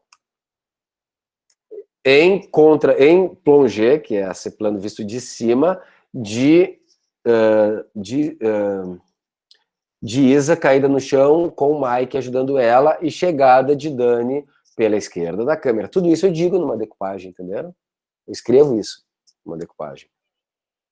Dani ajuda. Aí eu tenho plano detalhe. Aí são 3 planos detalhes que tem de derretimento. Gente, eles tiveram que fazer uma prateleira do supermercado nova só para isso. Fazer testes de derretimento de elementos, botar fogo, nós botamos fogo de verdade. Tinha bombeiro, nós pagamos R$800 a diária de um bombeiro para cenas com fogo. Então a gente botou fogo aqui nessa cena mesmo, com maçarico, tinha. Essa fumaça foi feita na hora. O pessoal, essa é fumaça mesmo lá que os caras faziam. Aí tem o plano final, câmera na mão, traveling de recuo com câmera na mão, ou seja, no trilho, na mão, traveling de recuo com câmera na mão, ao nível frontal, acompanha jovem saindo do supermercado. Corrige para dono da taberna, que nem nós não sabemos que ele é dono da taberna aqui, leve plongé 3/4 esquerda, olhando para os jovens. Mas está num plano sequência, né? Esse momento aqui. Aí só um corte para o final, porque eu já fiz esse plano antes, já teve num outro momento. Beleza. Esse zoom que a gente está vendo na igreja, ele é de pós, tá? Só vocês saberem. Filmamos em 4K, zoom de pós. Beleza? Vou mostrar uma outra ceninha para vocês aqui. Então eu fico falando isso, gente, eu não sei qual o conhecimento que vocês têm de decupagem e tal, né? Então eu falo aqui se tem, que bom, melhor, porque provavelmente deve fazer sentido porque vocês já ouviram, se não, vocês ainda ouvirão falar. Vamos ver uma cena com efeito especial de pós aqui, vamos explicar para vocês. Deixa eu botar o volume. Mas fala, Isa, como é que tu fez aquilo? Foi muito louco. E meio nojento. Isa, qual foi, Isa? Isa, fala comigo.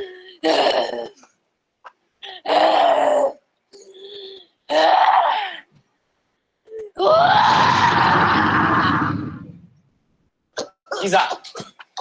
Isa, vem cá. Isa.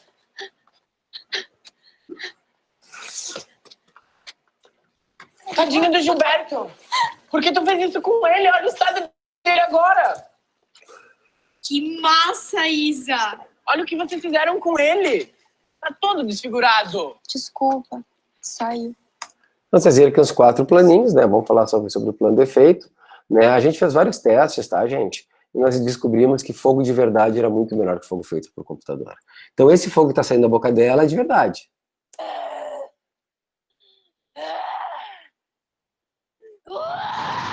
Tá? Esse é o fogo feito de verdade. O que a gente fez aqui? A gente fez uma câmera em registro, que chama, tá? Câmera em registro é uma câmera que ela vai filmar parada 2 takes diferentes, tá? Um take, na verdade, a gente fez 3, tá? Um take é só esse cenário inteiro, vazio, com o ursinho pendurado. Um take é esse cenário, com ela em quadro e o ursinho ali.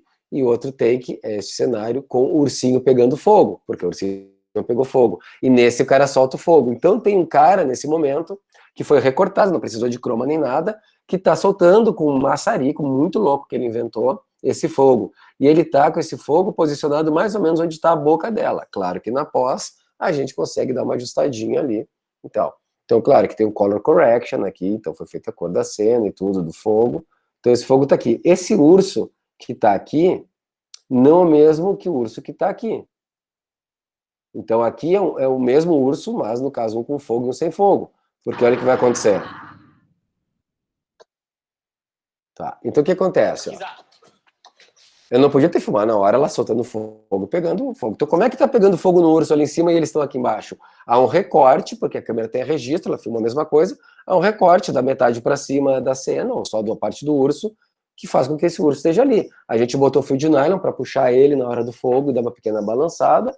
Então esse urso que está pegando em cima não é o urso que está em cima deles de verdade. O urso que está em cima deles é um urso que é o que estava ali antes, era o Gilberto, que está aqui na minha casa. Então esse fogo que está ali não é. Corta para cá, pequeno movimento. Aqui já é o urso mesmo. Aqui tem um terceiro quarto, a gente tinha 6 ursos, tá? Então aqui é um urso mesmo, que eles vêm. Se você está com fone de ouvido, vocês vão ouvir o tss. Essa é a pós de som. Ó. Escutem aí. Tadinho do Gilberto. Por que tu fez isso com ele? Olha o estado dele agora. Então tem o urso pegando fogo e esse som de água no urso a gente botou na pós-produção. Gilberto é o nome do urso e tal, né? Aqui tá ele, daí. Esse é o plano de detalhe que a gente fez num outro dia até. Isso aqui, acho que foi. Desfigurado. Desculpa. É A gente pegou os Gilbertos que sobravam e botamos fogo nele, né? Se a continuidade olhar, tu vê que não é exatamente o mesmo e tal. E coisa assim. E logo aqui depois, a gente vai fazer um outro fogo. Eles vão pra janela soltar fogo, só que a gente não vê eles soltando fogo. Então, é um efeito que não teve efeito de pós, exatamente para botar na boca de alguém. É só efeito de filmagem. Na pós, a gente só fez o color. Deixa eu mostrar pra vocês. Pode ser lá fora. Ela vai soltar o fogo agora. A gente fez com o super maçarico. Opa. Ela vai soltar o fogo.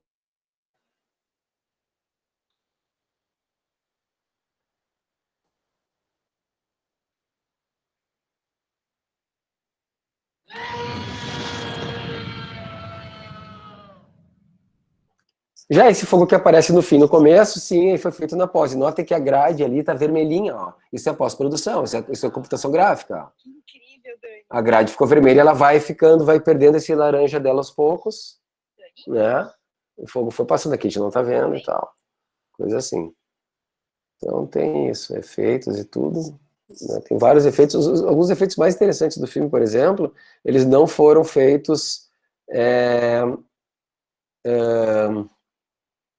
para aparecer como efeito. São efeitos que não têm uma noção de efeito. Por exemplo, eu vou mostrar para vocês aqui agora.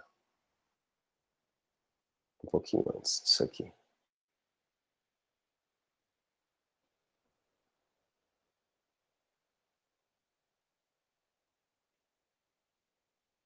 pouquinho. Para vocês verem. Quando a gente fez essa cena aqui, tinha um pessoal com umas mangueirinhas soltando fogo. O carro tá preso numa caminhonete na frente, que puxa a Kombi, tá? E aí ficava um cara com uma mangueirinha jogando água. Só que no take que nós escolhemos, não tinha muita água nesse vidro aqui. E aí o cara da computação gráfica criou pingos d'água para botar no vidro, para ficar mais real. Ou seja, é um lance que tu não vê o efeito, não é o efeito que interessa aqui. Mas olha que interessante. Ó, correndo o pingo e tal.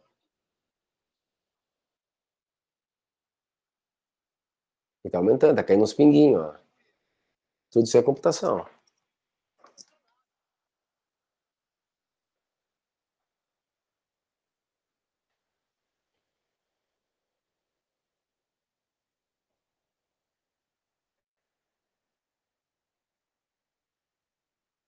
Aí limpou. Quando ele limpou, interrompeu a chuva ali, o cara tirou. Né? Então, às vezes, a gente usa efeito, interrompi o compartilhamento aqui, né? Interrompi, né? Tá todo mundo me vendo. A gente usa efeito para corrigir coisinhas. Correção, gente. O efeito é corrigir uma maquiagem que tinha um chifre do menino e estava descolado o chifre, e aí ele só corrigiu, ele fez uma maquiagemzinha aqui e tapou aquilo. Então, às vezes tem isso, é muito importante. Se alguém trabalha com essa área aí, o nome do cara é Alexandre Link, que fez isso, tá? Pessoal, vou parar por aqui o blá blá blá. Temos meia hora aqui de conversa, então, para perguntas gerais que vocês queiram fazer, tá? A gente foi até filmagem, agora vem finalização e tal, né? Som, créditos, todo esse processo no filme. Mas eu acho que até aqui era a parte que era mais relevante para vocês refletirem, né, sobre isso aí.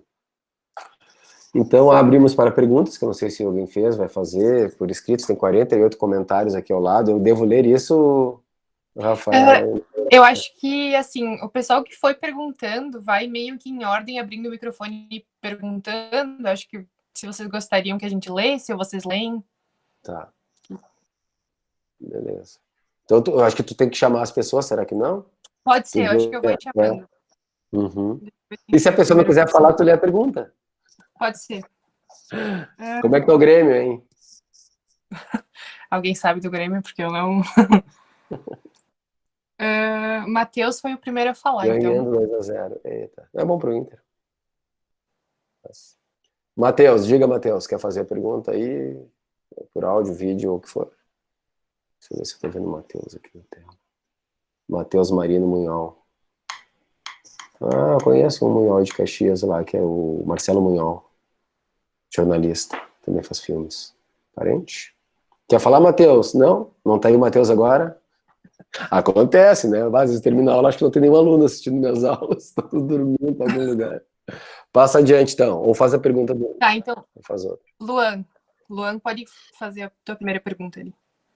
Luan. Deixa eu ver se tem um Luan aqui na tela.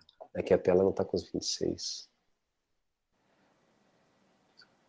Ou se preferir, eu leio também, não sei se... Tá, Luan pediu para eu ler, então eu vou ler. 16. Como foi a questão de gravar em locais com bastante movimento de pessoas? E também questões de autorizações dos locais. Foi mais fácil gravar em uma cidade pequena? Claro, Cotiporã não tem muita gente na rua, né, gente? Isso é fato, assim, uma cidade pequena, né? O centro da cidade, Maria Augusta conhece ali, já teve mais lojas, hoje as pessoas não tem muitas lojas, então as pessoas acabam indo muito para Veranópolis, principalmente, para comprar, né? Agora estão asfaltando a estrada para Bento, então daí deve também nós ver mais perto. Então não tinha, mas às vezes tem gente que aparece. Lá no fundo, umas pessoas aparecendo na cena, tem normal, assim, a cidade sabia que nós estávamos ali, tá? Nós filmamos na rua principal da cidade, tá? A gente parava, a gente desviava o trânsito mesmo, porque é complicado, né? Tem uma pessoa que olha para a câmera, tem um ruído de carro, né? Tu tem som direto e tal, então a gente parava o trânsito, as pessoas iam tudo olhar. Tava todo mundo curtindo, espero que eles gostem do filme depois, né? Pode ser que eles, tem umas críticas das sociedades fechadas e tal, né? Mas isso, autorização sempre tem, tá, gente? Então a pessoa da equipe de produção sempre anda com as autorizações, pega a autorização de todo mundo, às vezes tem que pagar um cachezinho, 20 pila, 10 pila pra pessoa, aparece no fundo, paga lá. Sendo que às vezes tem uma pessoa lá no fundo, que aí não é o caso, um plano muito geral, mas Mas a cidade inteira sabia que a gente estava lá. Então, às vezes a gente chamava, mas já tinha as figurantes, todas as figuração da cidade, né? A avó da Maria Augusta não quis participar, nós convidamos ela, a tua tia participou, a nova, né? A tua tia-avó participou, mas a Neuza não. Ela, não gosta das coisas aparecer, não quis. Mas os outros meus parentes que eu tenho lá, né? A avó dela é minha parente, nós somos meio primos, né? E outros parentes participaram de várias cenas. Então, cara, teve mais de 100 pessoas na cidade que participaram do filme, ganharam um cachezinho, uns cachezinhos bacanas, o pessoal tava ninja nos cachês. Rafa. Tá, eu quero saber, tu estava falando sobre improviso por parte do diretor, que isso é errado e tudo mais. Eu queria saber sobre o improviso por parte do ator. Se é errado improvisar com o roteiro pronto. Claro. Mas se ele quer improvisar, ele tem que estar de acordo com o diretor. Se houve uma conversa, tá? Eu fiz, por exemplo, no Orangotangos, não sei se alguém viu, uma longa-metragem todo em plano sequência. É um filme de 82 minutos sem corte. Era tudo robótico, porque não podia ter um errinho no filme. E teve. A gente filmou 6 vezes, 3 vezes teve erro, né? E 3 não tiveram. E tinha um elenco que uma cena que durava de 13, 14 minutos. E era difícil decorar mesmo, porque era uma cena muito solta. Então nós acordamos que eles poderiam improvisar, dependendo da situação, né? Tinha isso. Mas agora o ator chega a improvisar sem que o diretor saiba, como assim? O que tu está falando? Tá aqui o roteiro, tu tá viajando e tal. Mas o diretor pode dizer, não, é uma cena de improviso, pode improvisar. Né? Eu não quero que tu, por exemplo, principalmente com não atores isso é bom. Não, eu não quero que tu decore nada. Então eu vou te dar, o cinema contemporâneo tem muito isso. Eu vou te dar os estímulos para a cena. A cena é a seguinte: tu é uma pessoa assim assada, que tal coisa e tal, tá muito brabo com tal pessoa. Aí outra pessoa vai chegar e eu vou falar só com outra pessoa. Ó, se ele ficar muito brabo contigo, te xingar, tu chama de machista, tu chama não sei o que, briga e tal, não sei o que e tal. Vamos fazer a cena, bora lá. Aí tu liga a câmera vai. Nem digo ação. Vai, sabe? E tu faz isso, o Beto Brandt faz isso, né? Então eles não decoram diálogos, né? Então no próprios Dragões não tinha exatamente decorado. Eles entendiam a cena porque o ator é bom, ele entende a cena. Ele entende, ele lê o diálogo, ele entende a cena, ele ensaiou, ele vai saber fazer. Mas ensaio é muito importante. Tá? Diga. É que o meu computador não tem microfone, daí eu tive que vir no celular. Tá bom, Matheus. Mas diga aí a pergunta. Era aquela que eu fiz. Se você se baseou no Era Uma Vez na América na versão do diretor ou na versão que foi para o cinema, que elas são muito diferentes. A do diretor tem 4 horas e quase 4 horas e meia, a do cinema 2 horas e meia. E muita coisa se perde nessas 2 horas, tanto que a versão do cinema é considerada um dos piores filmes de todos os tempos, e a do diretor um dos melhores. Interessante, Matheus, mostra que tu é um cinéfilo e tem referências, acho muito bacana. Não foi baseado exatamente nisso, né? O que nos inspirava mais no Era Uma Vez na América era mais na questão da relação entre os personagens, principalmente na fase jovem deles e tal, né? Ou seja, um filme sobre jovens que são meio marginais, né, dentro do contexto que eles vivem e coisa assim. Então não tem isso, né? Aí, mas eu acho bem legal que tu tenha visto as duas, realmente são obras-primas, né, do Sérgio Leone. E o que você se baseou em O Clube dos Cinco? É muito mais a gente viu, porque assim, a gente vê os filmes e a gente tentava entender. O Clube dos Cinco é importante, porque os nossos personagens são 5 personagens principais, 3 meninas e 2 meninos. E aí o Clube dos Cinco, sim, ele define bem as personalidades, né? Minha filha viu, outro dia tem uma filha de 13, assistiu, adorou o filme, né? Então eles têm personagens clássicas ali. Tem um que é mais, no Clube dos Cinco, um que é mais bonitinho e tal, esportista, no caso do nosso filme seria o Mike. Tem uma menina que ela é mais rebelde, mais marginal, seria a Isa. Tem uma outra menina que ela é mais conciliadora, aí seria a Dani, que é a principal. Então, sim, as personalidades do Clube dos Cinco, elas podem, de certa forma, ser encontradas nos nossos personagens. E o que mais você pega, e o que mais você pega de referência para o que você faz para os seus filmes? Tem alguns filmes que você geralmente gosta de usar como referência? Cara, assim, tem um filme brasileiro que é o Bandido da Luz Vermelha, né, que ele é muito referência para mim, para minha vida, assim, para minha vida como cineasta, assim, né? Porque é um filme que liberta muito, né? Não é um filme dogmático nem doutrinário. Acho que o cinema novo tinha mais essa intenção. O cinema marginal, que é o filme ícone do cinema marginal, Bandido da Luz Vermelha, ele era mais libertador no momento de ditadura. Então é um filme que é muito importante para mim, para minha vida, assim, esse filme. Mas eu sempre trabalho muito, as minhas referências para filmes geralmente são outros filmes. Eu vejo um filme, vejo uma cena, aquela cena me dá uma ideia para uma cena, me dá ideia para um filme. Então é cinefilia, é ver filme. Toda noite eu vejo um filme no MUBI. Aliás, não sei se vocês sabem, mas o MUBI ele é gratuito para estudantes, professores de cinema. Então vocês têm que ter o MUBI, que é o MUBI é o que está passando os melhores filmes hoje, está passando o MUBI, MUBI.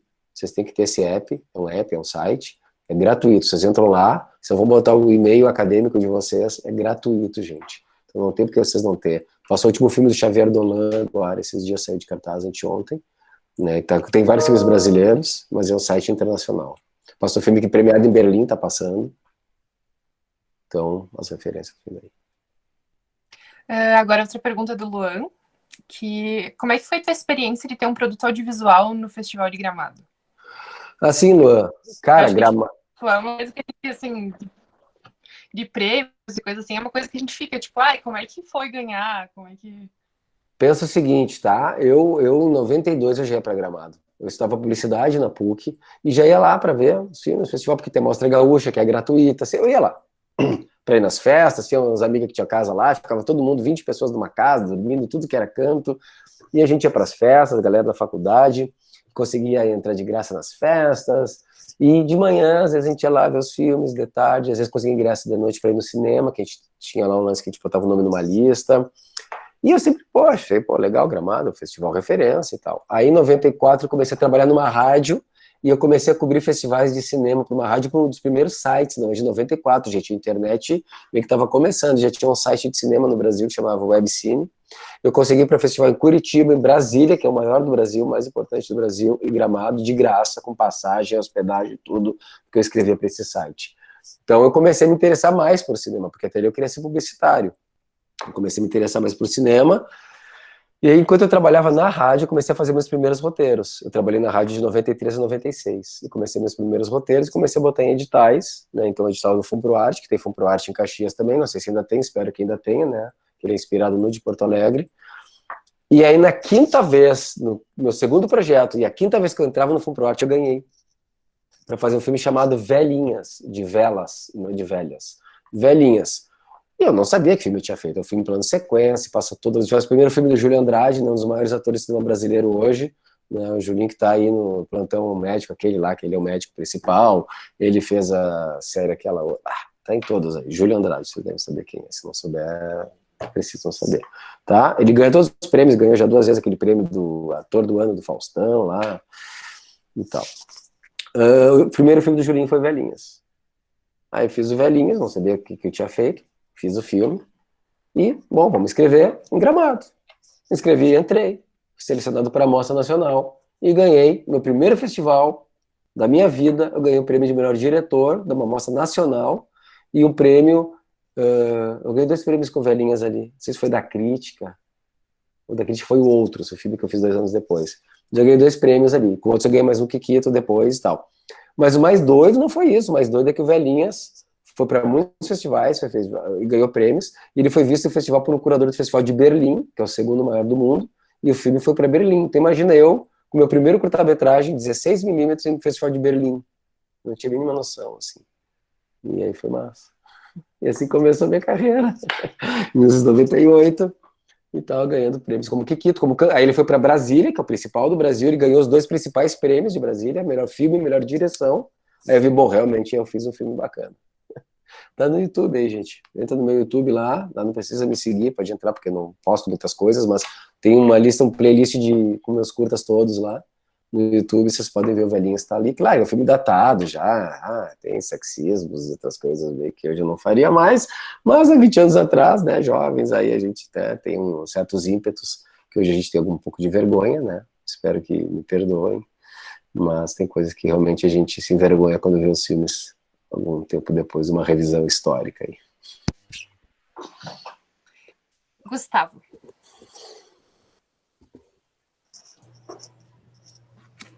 Eu gostaria de perguntar sobre a questão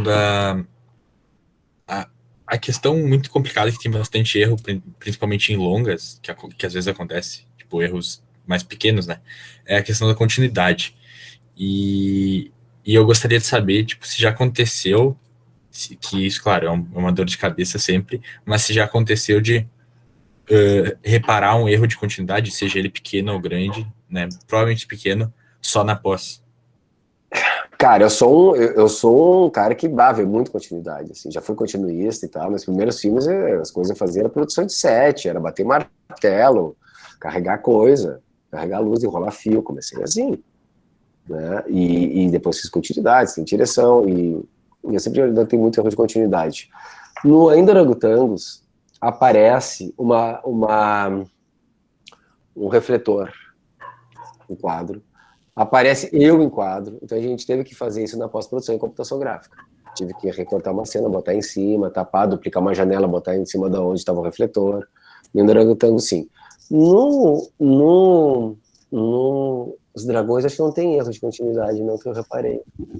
Acho que até tem um lá, mas a gente não fez nada. Mas sim, tu pode reparar na pós, com algum tipo de montagem, escolha do outro plano. Cara, uma vez eu fiz um filme, eu fui ver o filme pronto e apareceu um três tabela. Três tabela, isso.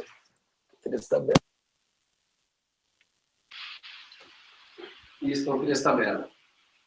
Né? São três lados, né? É feito para qualquer coisa em cima. Então apareceu um três tabela. Esse filme já estava praticamente pronto. Só faltava fazer a cópia final e a gente viu, tinha que mudar a cena e tal. Então, sim, você repara na pós. Mas a gente tem um continuista para cuidar disso. Elis.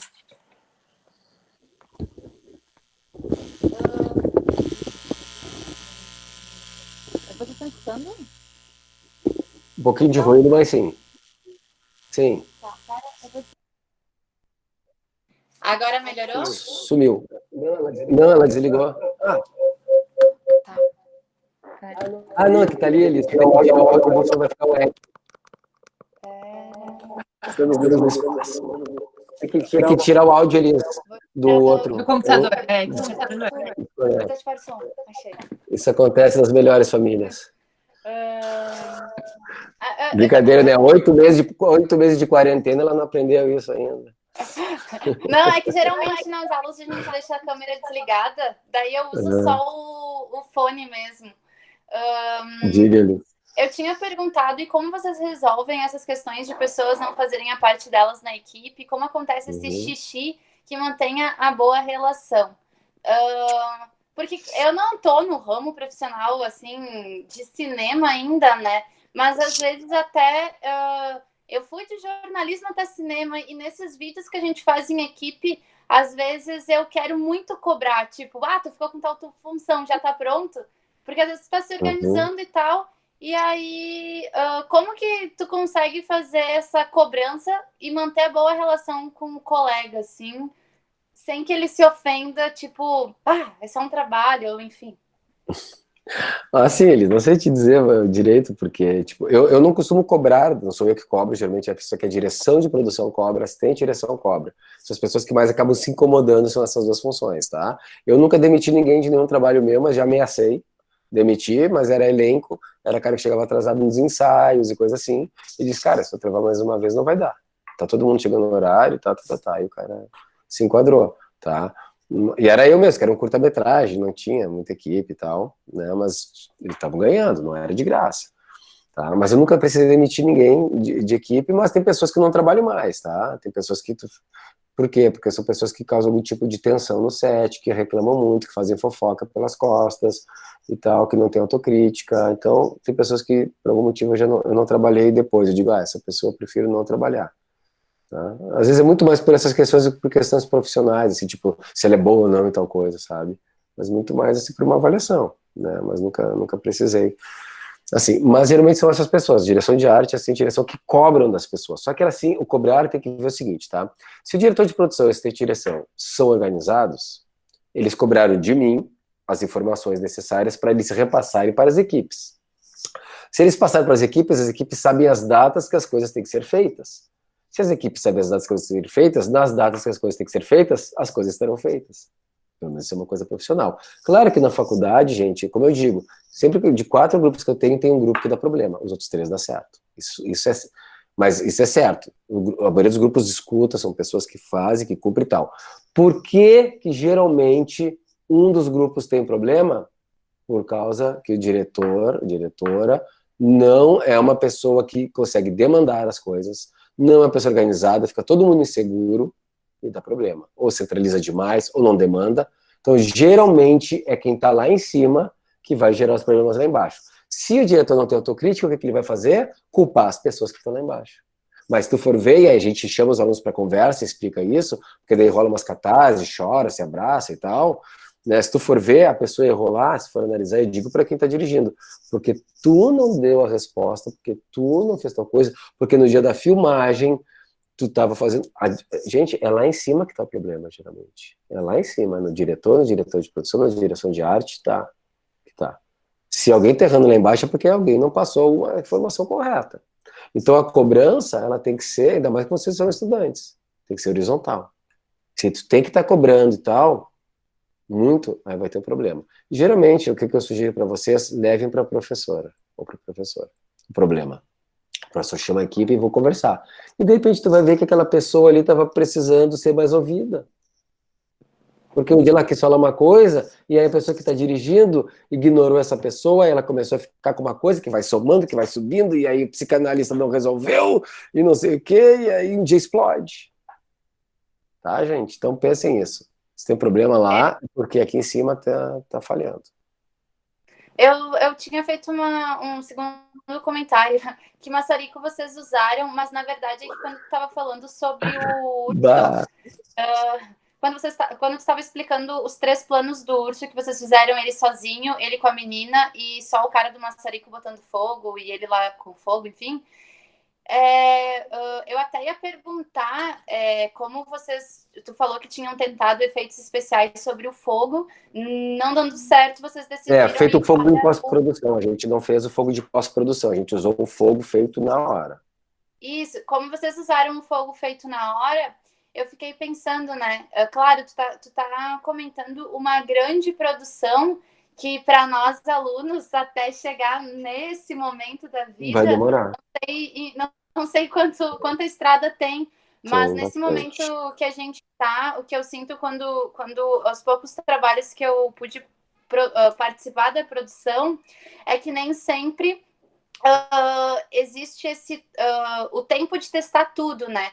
Testar as maquiagens, testar as roupas. Então, a gente cai em um limbo realmente de fazer um planejamento teórico na folha, de buscar referência, de descrever ali, movimentação de câmera, enfim, toda essa parte teórica.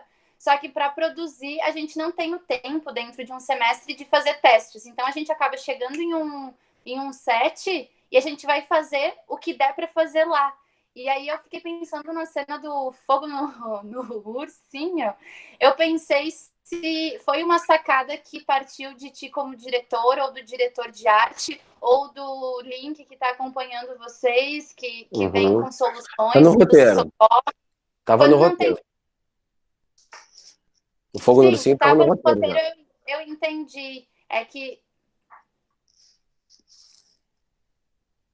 o que eu estava tentando perguntar é se existe um problema que, não nesse momento agora que tu vive, que tu pode fazer um longa com muito orçamento e tempo, mas se houve momentos no teu decorrer que você não podia fazer teste de tudo e você tinha que solucionar essas questões, e aí eu fiquei pensando no ursinho pegando fogo, assim, da onde que veio essa sacada, tá? Não deu para fazer o fogo na pós, não tá bonito, vamos ter que usar... Então, se veio de ti, veio do diretor, como que vocês resolvem essas questões quando não tem o tempo do teste para definir, sabe? Tá. Não tem como não ter tempo do teste. Tu não pode fazer teste no dia da filmagem, para alguma coisa assim, entendeu? Tu tem que ter o teste, tu vai ter que ter tempo. 6 meses, um semestre é suficiente para fazer um curta cheio de teste, de um monte de coisa, de decupar, é bastante tempo, gente. Eu rodei um curta esse ano, contratado, tá? O roteiro entreguei o roteiro 26 de agosto, a gente rodou em 14 de setembro e o filme foi entregue no fim de outubro. Um curta-metragem de 20 minutos, com efeitos especiais, com um monte de coisa. Então é tempo suficiente, assim, um semestre para fazer. Não tem como tu não ter um teste. O teste é a coisa mais importante. Teste de elenco, ensaios, isso é mais importante. Né? Tu não pode ir para uma filmagem sem fazer um teste. Então não tem como não ter. Eu não consigo nem imaginar como é que eu faria uma cena como aquela, ou como várias outras que a gente testou, sem ter feito o teste. Imagino que pelas caras de vocês, talvez tenha acontecido, num curta que vocês fizeram na faculdade, tá? Mas isso é responsabilidade, direção de produção. É a pessoa que organiza isso, que coordena, controla, grava as datas, né? Não é horário de aula, talvez um teste como esse, em outros horários vocês têm que fazer. Eu não consigo imaginar não fazer um teste de uma cena como essa. Sobre o maçarico, tinha um maçarico tipo esses do MasterChef, pra ele só dar umas queimadinhas, mas ele usava tipo um lança-chamas mesmo que o cara fez. Ele fez um lança-chamas, a chama chegava a mais de 5 metros, assim, a gente teve que pedir pra ele diminuir, porque não era possível ela sair de quadro, as chamas. Então, é um cara especialista nisso, o nome dele chama Muca, ele trabalha com coisas de efeitos especiais de set mesmo, né? Então, coisa assim, tipo dublê, sabe? Essas paradas? É, isso aí, esses caras fazem tiro e essas coisas assim, explosões, tudo isso. Não é barato. Respondi, eu me convei mais ou menos. Eu te entendo. É que dentro da nossa realidade de estudante, a gente realmente eu não consigo entender como ter o tempo do teste, porque a maioria de nós trabalhamos e temos várias disciplinas ao mesmo tempo. Então, às vezes a gente tem o final de semana para produzir dentro do semestre, sendo que metade dele é pré-produção. Um semestre de 4 meses divide em 2 de pré-produção. Na hora da prática, a gente acaba tendo que fazer muita coisa às pressas. E aí eu sinto falta dos testes, porque muita coisa a gente tem que solucionar. Então, quando tem um problema, às vezes a gente se olha e alguém tem que vir com essa solução. E quando tu falou que ali a solução foi essa, eu fiquei imaginando como que aconteceu, mas vocês conseguiram tempo, por isso que eu toquei nesse assunto, assim, eu acho que são realidades diferentes, nem tem como a gente comparar também. Não, Elis, mas tipo assim, não interessa isso pro espectador se tu fez o teste ou não, entendeu? Interessa ele ver os resultados. Se tu tem uma coisa que tu não sabe fazer, melhor não botar no roteiro. Se você não tem tempo, se vocês trabalham o dia inteiro, tem aula de noite, aí não sei, mas não me parece que é um problema do curso, dos professores e tal. É uma questão do próprio grupo interno. Como é que vocês vão fazer um filme se você não tem tempo? Então você tem que pensar um roteiro de um filme que tenha que ser feito dentro do tempo que vocês têm. Senão vocês estão dando um passo maior que as pernas. Né? Eu fui a Nova York comprar um equipamento, tá? Fui lá comprar uma câmera. E aí eu tenho uma amiga lá, que é atriz. Eu falei, vamos fazer um curta-metragem, vamos fazer. Ela chama, se quiserem ver, chama O Jardim dos Amores de Woody Allen. Tá ali no meu playlist ali. Eu peguei 7 cenas de filmes do Woody Allen, que se passavam no Central Park, e mandei pra ela, arranjou um amigo dela pra fazer o papel que seria o Woody Allen, e ela fez o papel que seria a Diane Keaton, principalmente. Né? E beleza, vamos lá, vamos pro Central Park. Comprei a câmera, comprei as coisas, né? Tinha um dia só para rodar, não pedi autorização nenhuma, se chegasse polícia eu tinha que sair ou pagar uma multa. Uma câmerazinha só, botamos lapela e tudo, né? E na manhã fomos lá para fazer ensaio. E durante o ensaio eu vi que não daria para fazer como eu queria. Não daria. Eu não tinha ensaiado, cheguei em Nova York, fui fazer, fiquei 3 dias em Nova York, foi só comprar equipamento. Não deu pra fazer como eu queria o filme. Eu tive que fazer ele em plano de sequência. Que para mim até é fácil, porque eu já fiz filme em plano de sequência, mas porque eu queria cortar pra cá, e a gente foi no lugar e não dava, daí cortava, o sol tava mudando, e eles tiveram que ensaiar em plano de sequência. Eu falei, gente, vou deixar vocês dois sozinhos, eles não tinham ensaiado muito, e voltar. Então eu tive que improvisar em cima do que tinha acontecido. Né? Realmente não tive tempo de fazer, mas isso não interessa pra quem tá vendo o filme, né? Então as coisas têm que estar bem feitas. Eu sei onde é que estão os erros do filme. As pessoas, a princípio, não notam muito. Mas, tipo, façam as coisas que vocês podem fazer e conseguem. Né? Se vocês trabalham, que bom pra vocês.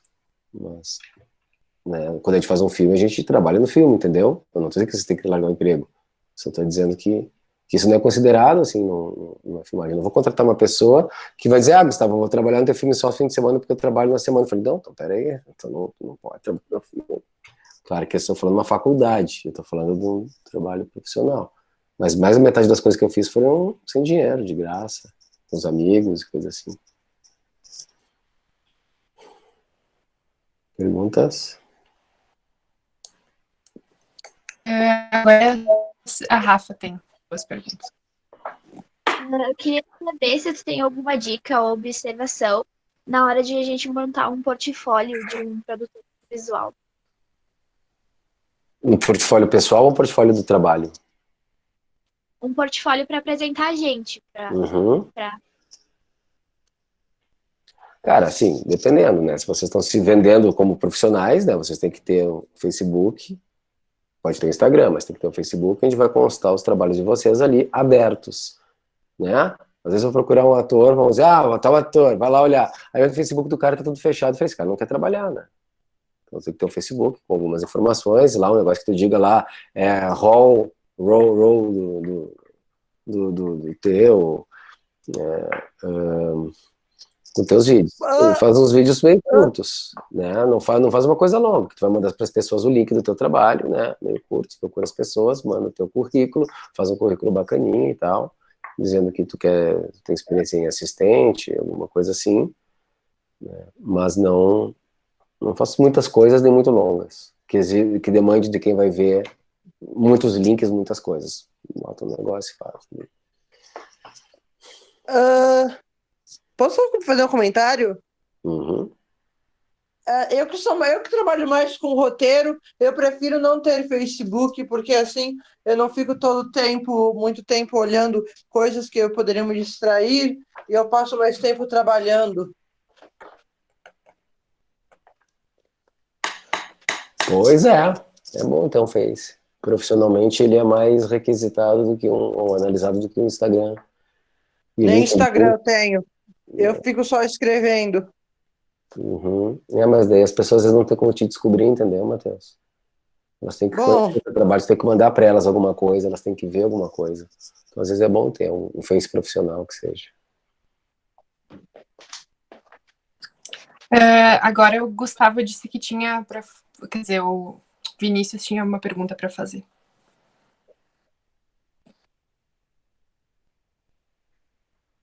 Oi, Gustavo. Então, meu microfone tá aqui, eu vou ter que olhar para cá, mas enfim. Aproveitando o gancho da Elisa ali, eu não sei se cabe essa pergunta, mas enfim. Qual dica que tu dá para nós, para a gente conseguir monetizar, né? Trabalhar com cinema, né? Porque hoje... Monetizar? Hoje eu trabalho com... Tu tem que me dar essa dica aí, Matheus. Ô, Vinícius, tu que tem que me dar essa dica. Como é que eu faço para monetizar meus filmes? Eu também poderia dar essa dica. Bom, action figures, deixa eu ver o que mais. Action figures e coisas promocionais, edição do diretor com cenas extras, uma história em quadrinhos relatando um prólogo. Bacana. Obrigado pelas dicas. O que eu quero dizer por exemplo, hoje eu trabalho com produção audiovisual, mas eu não me vejo enquadrado no cinema, né? E eu também, como leigo na área, assim, eu não vejo o mercado de Caxias do Sul, Porto Alegre, com oportunidades. Eu vejo que eu teria que ir para São Paulo para trabalhar. Isso é uma realidade? Não é uma realidade. Provavelmente você vai ter muito problema se for agora para São Paulo sem experiência. Né? A maioria das pessoas que eu conheço continuam em Porto Alegre trabalhando aqui. Né? Alguns foram para São Paulo. Então, a produtora executiva dos meus filmes, a Camila Grock, hoje ela é produtora lá em São Paulo, já faz muitos anos. Né? Ela produziu aquela série Coisa Mais Linda agora, produtora executiva e tal. Então, meu desenhista de som está trabalhando, morando no Rio, trabalha lá. Várias pessoas foram, mas eles não foram assim, de um dia para o outro, né? E vai demorar muito mais se tu for para lá. Tu consegue fazer mais trabalhos aqui, mais próximos, com os amigos, com a galera, com a turma, sem grana e tal, ganha um fundo pro arte de Caxias e coisa assim, e aí tu tem um portfólio melhor para ir para fora. Eu não aconselharia, mas, né? As pessoas que eu vi que foram demoraram muito tempo lá, cara. Te dizer assim, tá? Eu levei alguns anos para conseguir começar a ganhar dinheiro com as coisas que eu faço, às vezes não ganho, às vezes eu ganho mais, né? Hoje eu faço longas, então tenho longas encaminhadas e coisa assim, então eu consigo ganhar uma graninha que é bem boa, né? Mas Gente, depois vocês se formam, leva 10 anos, em qualquer profissão, gente, para vocês terem um nome, conseguirem ser alguém no mercado. Qualquer profissão, administrador, médico, imagina, o médico que se forma tem que ficar 3 anos fazendo residência, assim vai ter seu próprio consultório, sabe? Então não é de um dia para o outro, qualquer um de vocês, gente. Então, quer dizer que daí a melhor ferramenta para você trabalhar com isso seria um bom portfólio, então, isso? Cara, eu fiz bastante coisa de graça, assim, trabalhei em vários times, ter pessoas, conhecidos, camaradas que fazem projetos, desenvolver próprios projetos, trabalhar em projetos dos outros, eventualmente, ou em funções um pouco remuneradas, com remuneração baixa, porque aí os caras te conhecem, eles gostam de ti, eles te indicam para o próximo, que te indica para o próximo, e aí quando tu vê, tu tá inserido no mercado. É assim que as coisas começam. Começa lá de baixo, começa varrendo o chão, que nem eu, ou coisa assim, carregando, dobrando o cabo e tal. E aí, depois de um tempo, tu começa a conhecer pessoas, os times que tu trabalha, e aí aquelas pessoas te indicam, eu não posso fazer, mas eu tinha um assistente que de repente pode fazer minha função, já que é simples, e aí tu deixa de ser o segundo assistente de direção, o assistente de elétrica, e vira um elétrica, para um dia virar um chefe, e assim vai, né? Mas dependente, por exemplo, tem uma descentralização interessante. Essa semana agora, dia 1º, não sei se você sabe, vai ser aberto o edital a partir da Lei Aldir Blanc para todo o Rio Grande do Sul. Cidades do interior vão ter bastante dinheiro para fazer produções culturais, incluindo audiovisual. Então, você se liga no site do governo do estado aí, né, que é onde eles vão divulgar o da SEDAC, vai ser divulgado dia 1º, quinta-feira, e parece que tem só 10 dias de inscrição. Eles precisam botar esse dinheiro na roda aí, para os profissionais. E vai ter cidades do interior rolando direto. Então, olhem lá. A Rafa, acho que tinha mais uma pergunta. Tudo terminou, Rafa?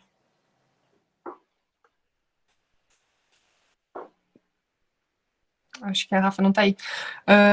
A Paty queria falar.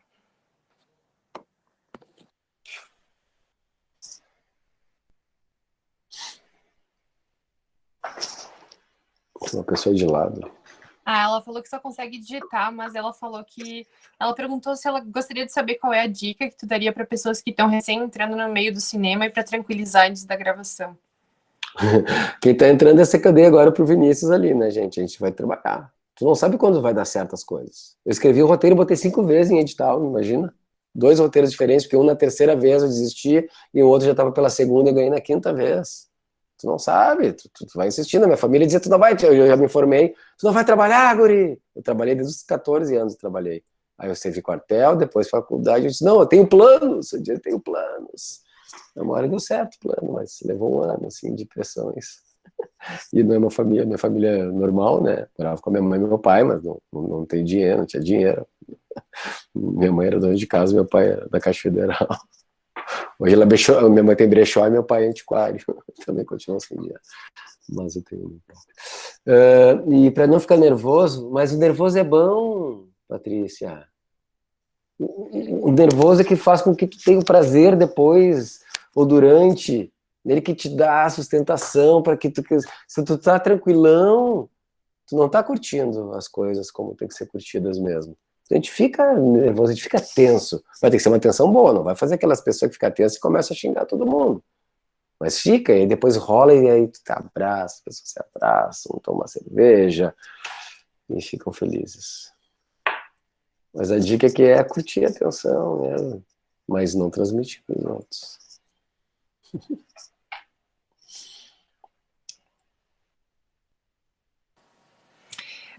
Se alguém mais quiser abrir o microfone e falar mais alguma coisa. Não, é só que meio uma dica, que é uma coisa que eu sei, porque eu leio bastante sobre roteiristas, que eu gosto também de ler as biografias deles às vezes. Muitos roteiristas preferem morar em cidades pequenas do que em metrópoles propriamente ditas, porque tem menos distrações, tem bem menos distrações, você consegue, como eu posso dizer, um ambiente mais que você consegue se distrair menos para trabalhar, consegue ficar mais focado numa cidade pequena ou em uma em algum lugar isolado? Cara, boa pergunta, Matheus. Com certeza o filme deu muito mais certo por a gente ter ficado isolado em Cotiporã, porque se eu estivesse em Porto Alegre, teria minha filha, teria amigos, teria churrasco, fim de semana, família, o jogo do Inter, não sei o que e tal, sabe? Então, como eu estava lá, eu conseguia estar muito mais focado. Então, foi muito bom não rodar na minha cidade. Isso foi realmente muito bom. Tem uma Panise ali, né? Em cima do Matheus, ali, a Luísa Panise. Tu é parente da Lauren, por acaso? Lauren Panise? Não, porque a atriz principal dos Dragões chama Lauren Panise. A menina, aquela que tá com as coisas, é Lauren Maitê da Rosa Panise, acho que é. Tipo, era bem É que eu queria fazer uma pergunta para a professora Maria. Eu estava entrando no MUBI e eu queria saber quando é que vai me formar, que pediu a data de formatura.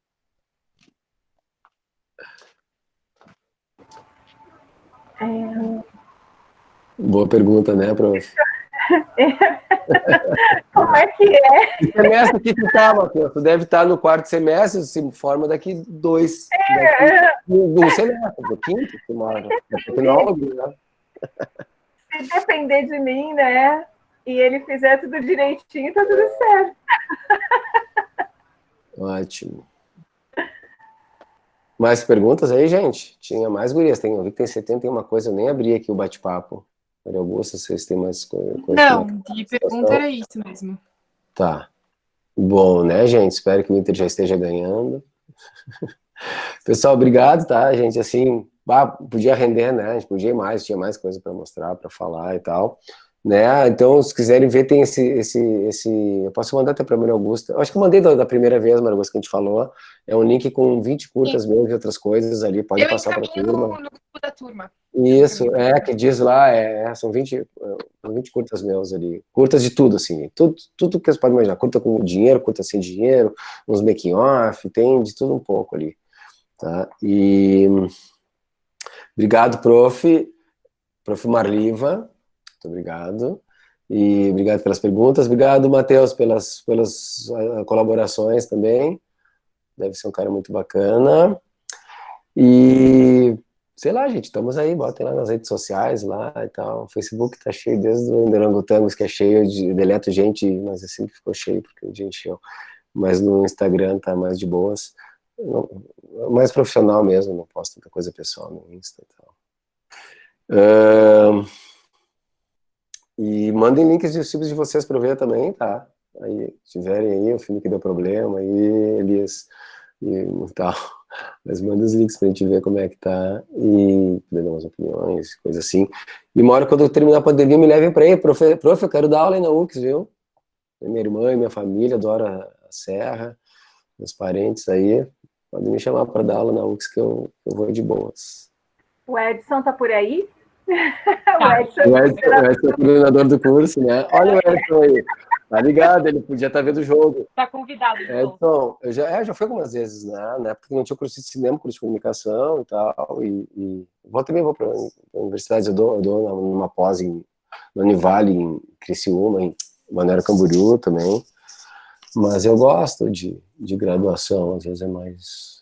Geralmente eu dou aulas de realização audiovisual, né? Meus alunos da PUC eu dou aula de laboratório 1, 2, documentário, ficção, película, realização de filmes, né? Para as turminhas. Quem sabe uma hora a gente faz alguma coisa aí com vocês. Passa o teu contato pro Fizeram foto aí, Maria Augusta? Faz um print aí com a galera, todo mundo abre as câmeras, vai aparecer, fazer um print depois para postar aí. Vamos lá, vai ter que olhar para a câmera. Vamos lá. Não vai aparecer todo mundo, eu acho, então. Tem que fazer mais de uma página, não sei como é, porque eu não sei onde é que estão as outras pessoas aqui. Na tela tem 16, mas tem mais de 20. Olhando para a tela, faz o print. Eu vou fazer uma selfie aqui. Espera aí, gente. Não, congela.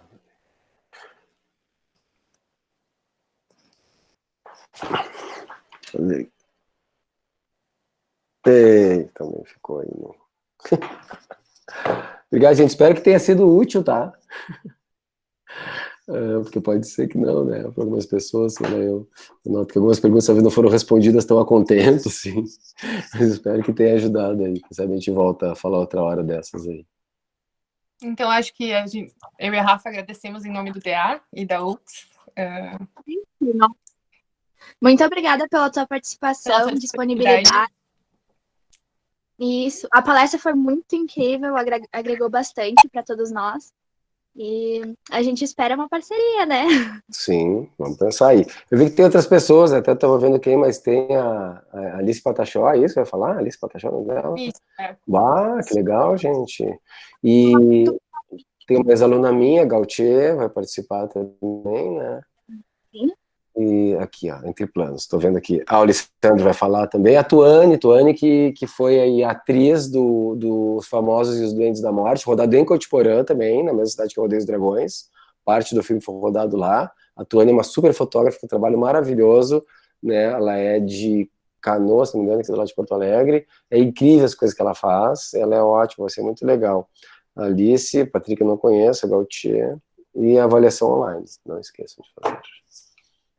Obrigado, gente. Acho que era Vamos isso. indo. Obrigada. Valeu. Tchau, tchau. Até. Obrigado aí, pessoal. Valeu.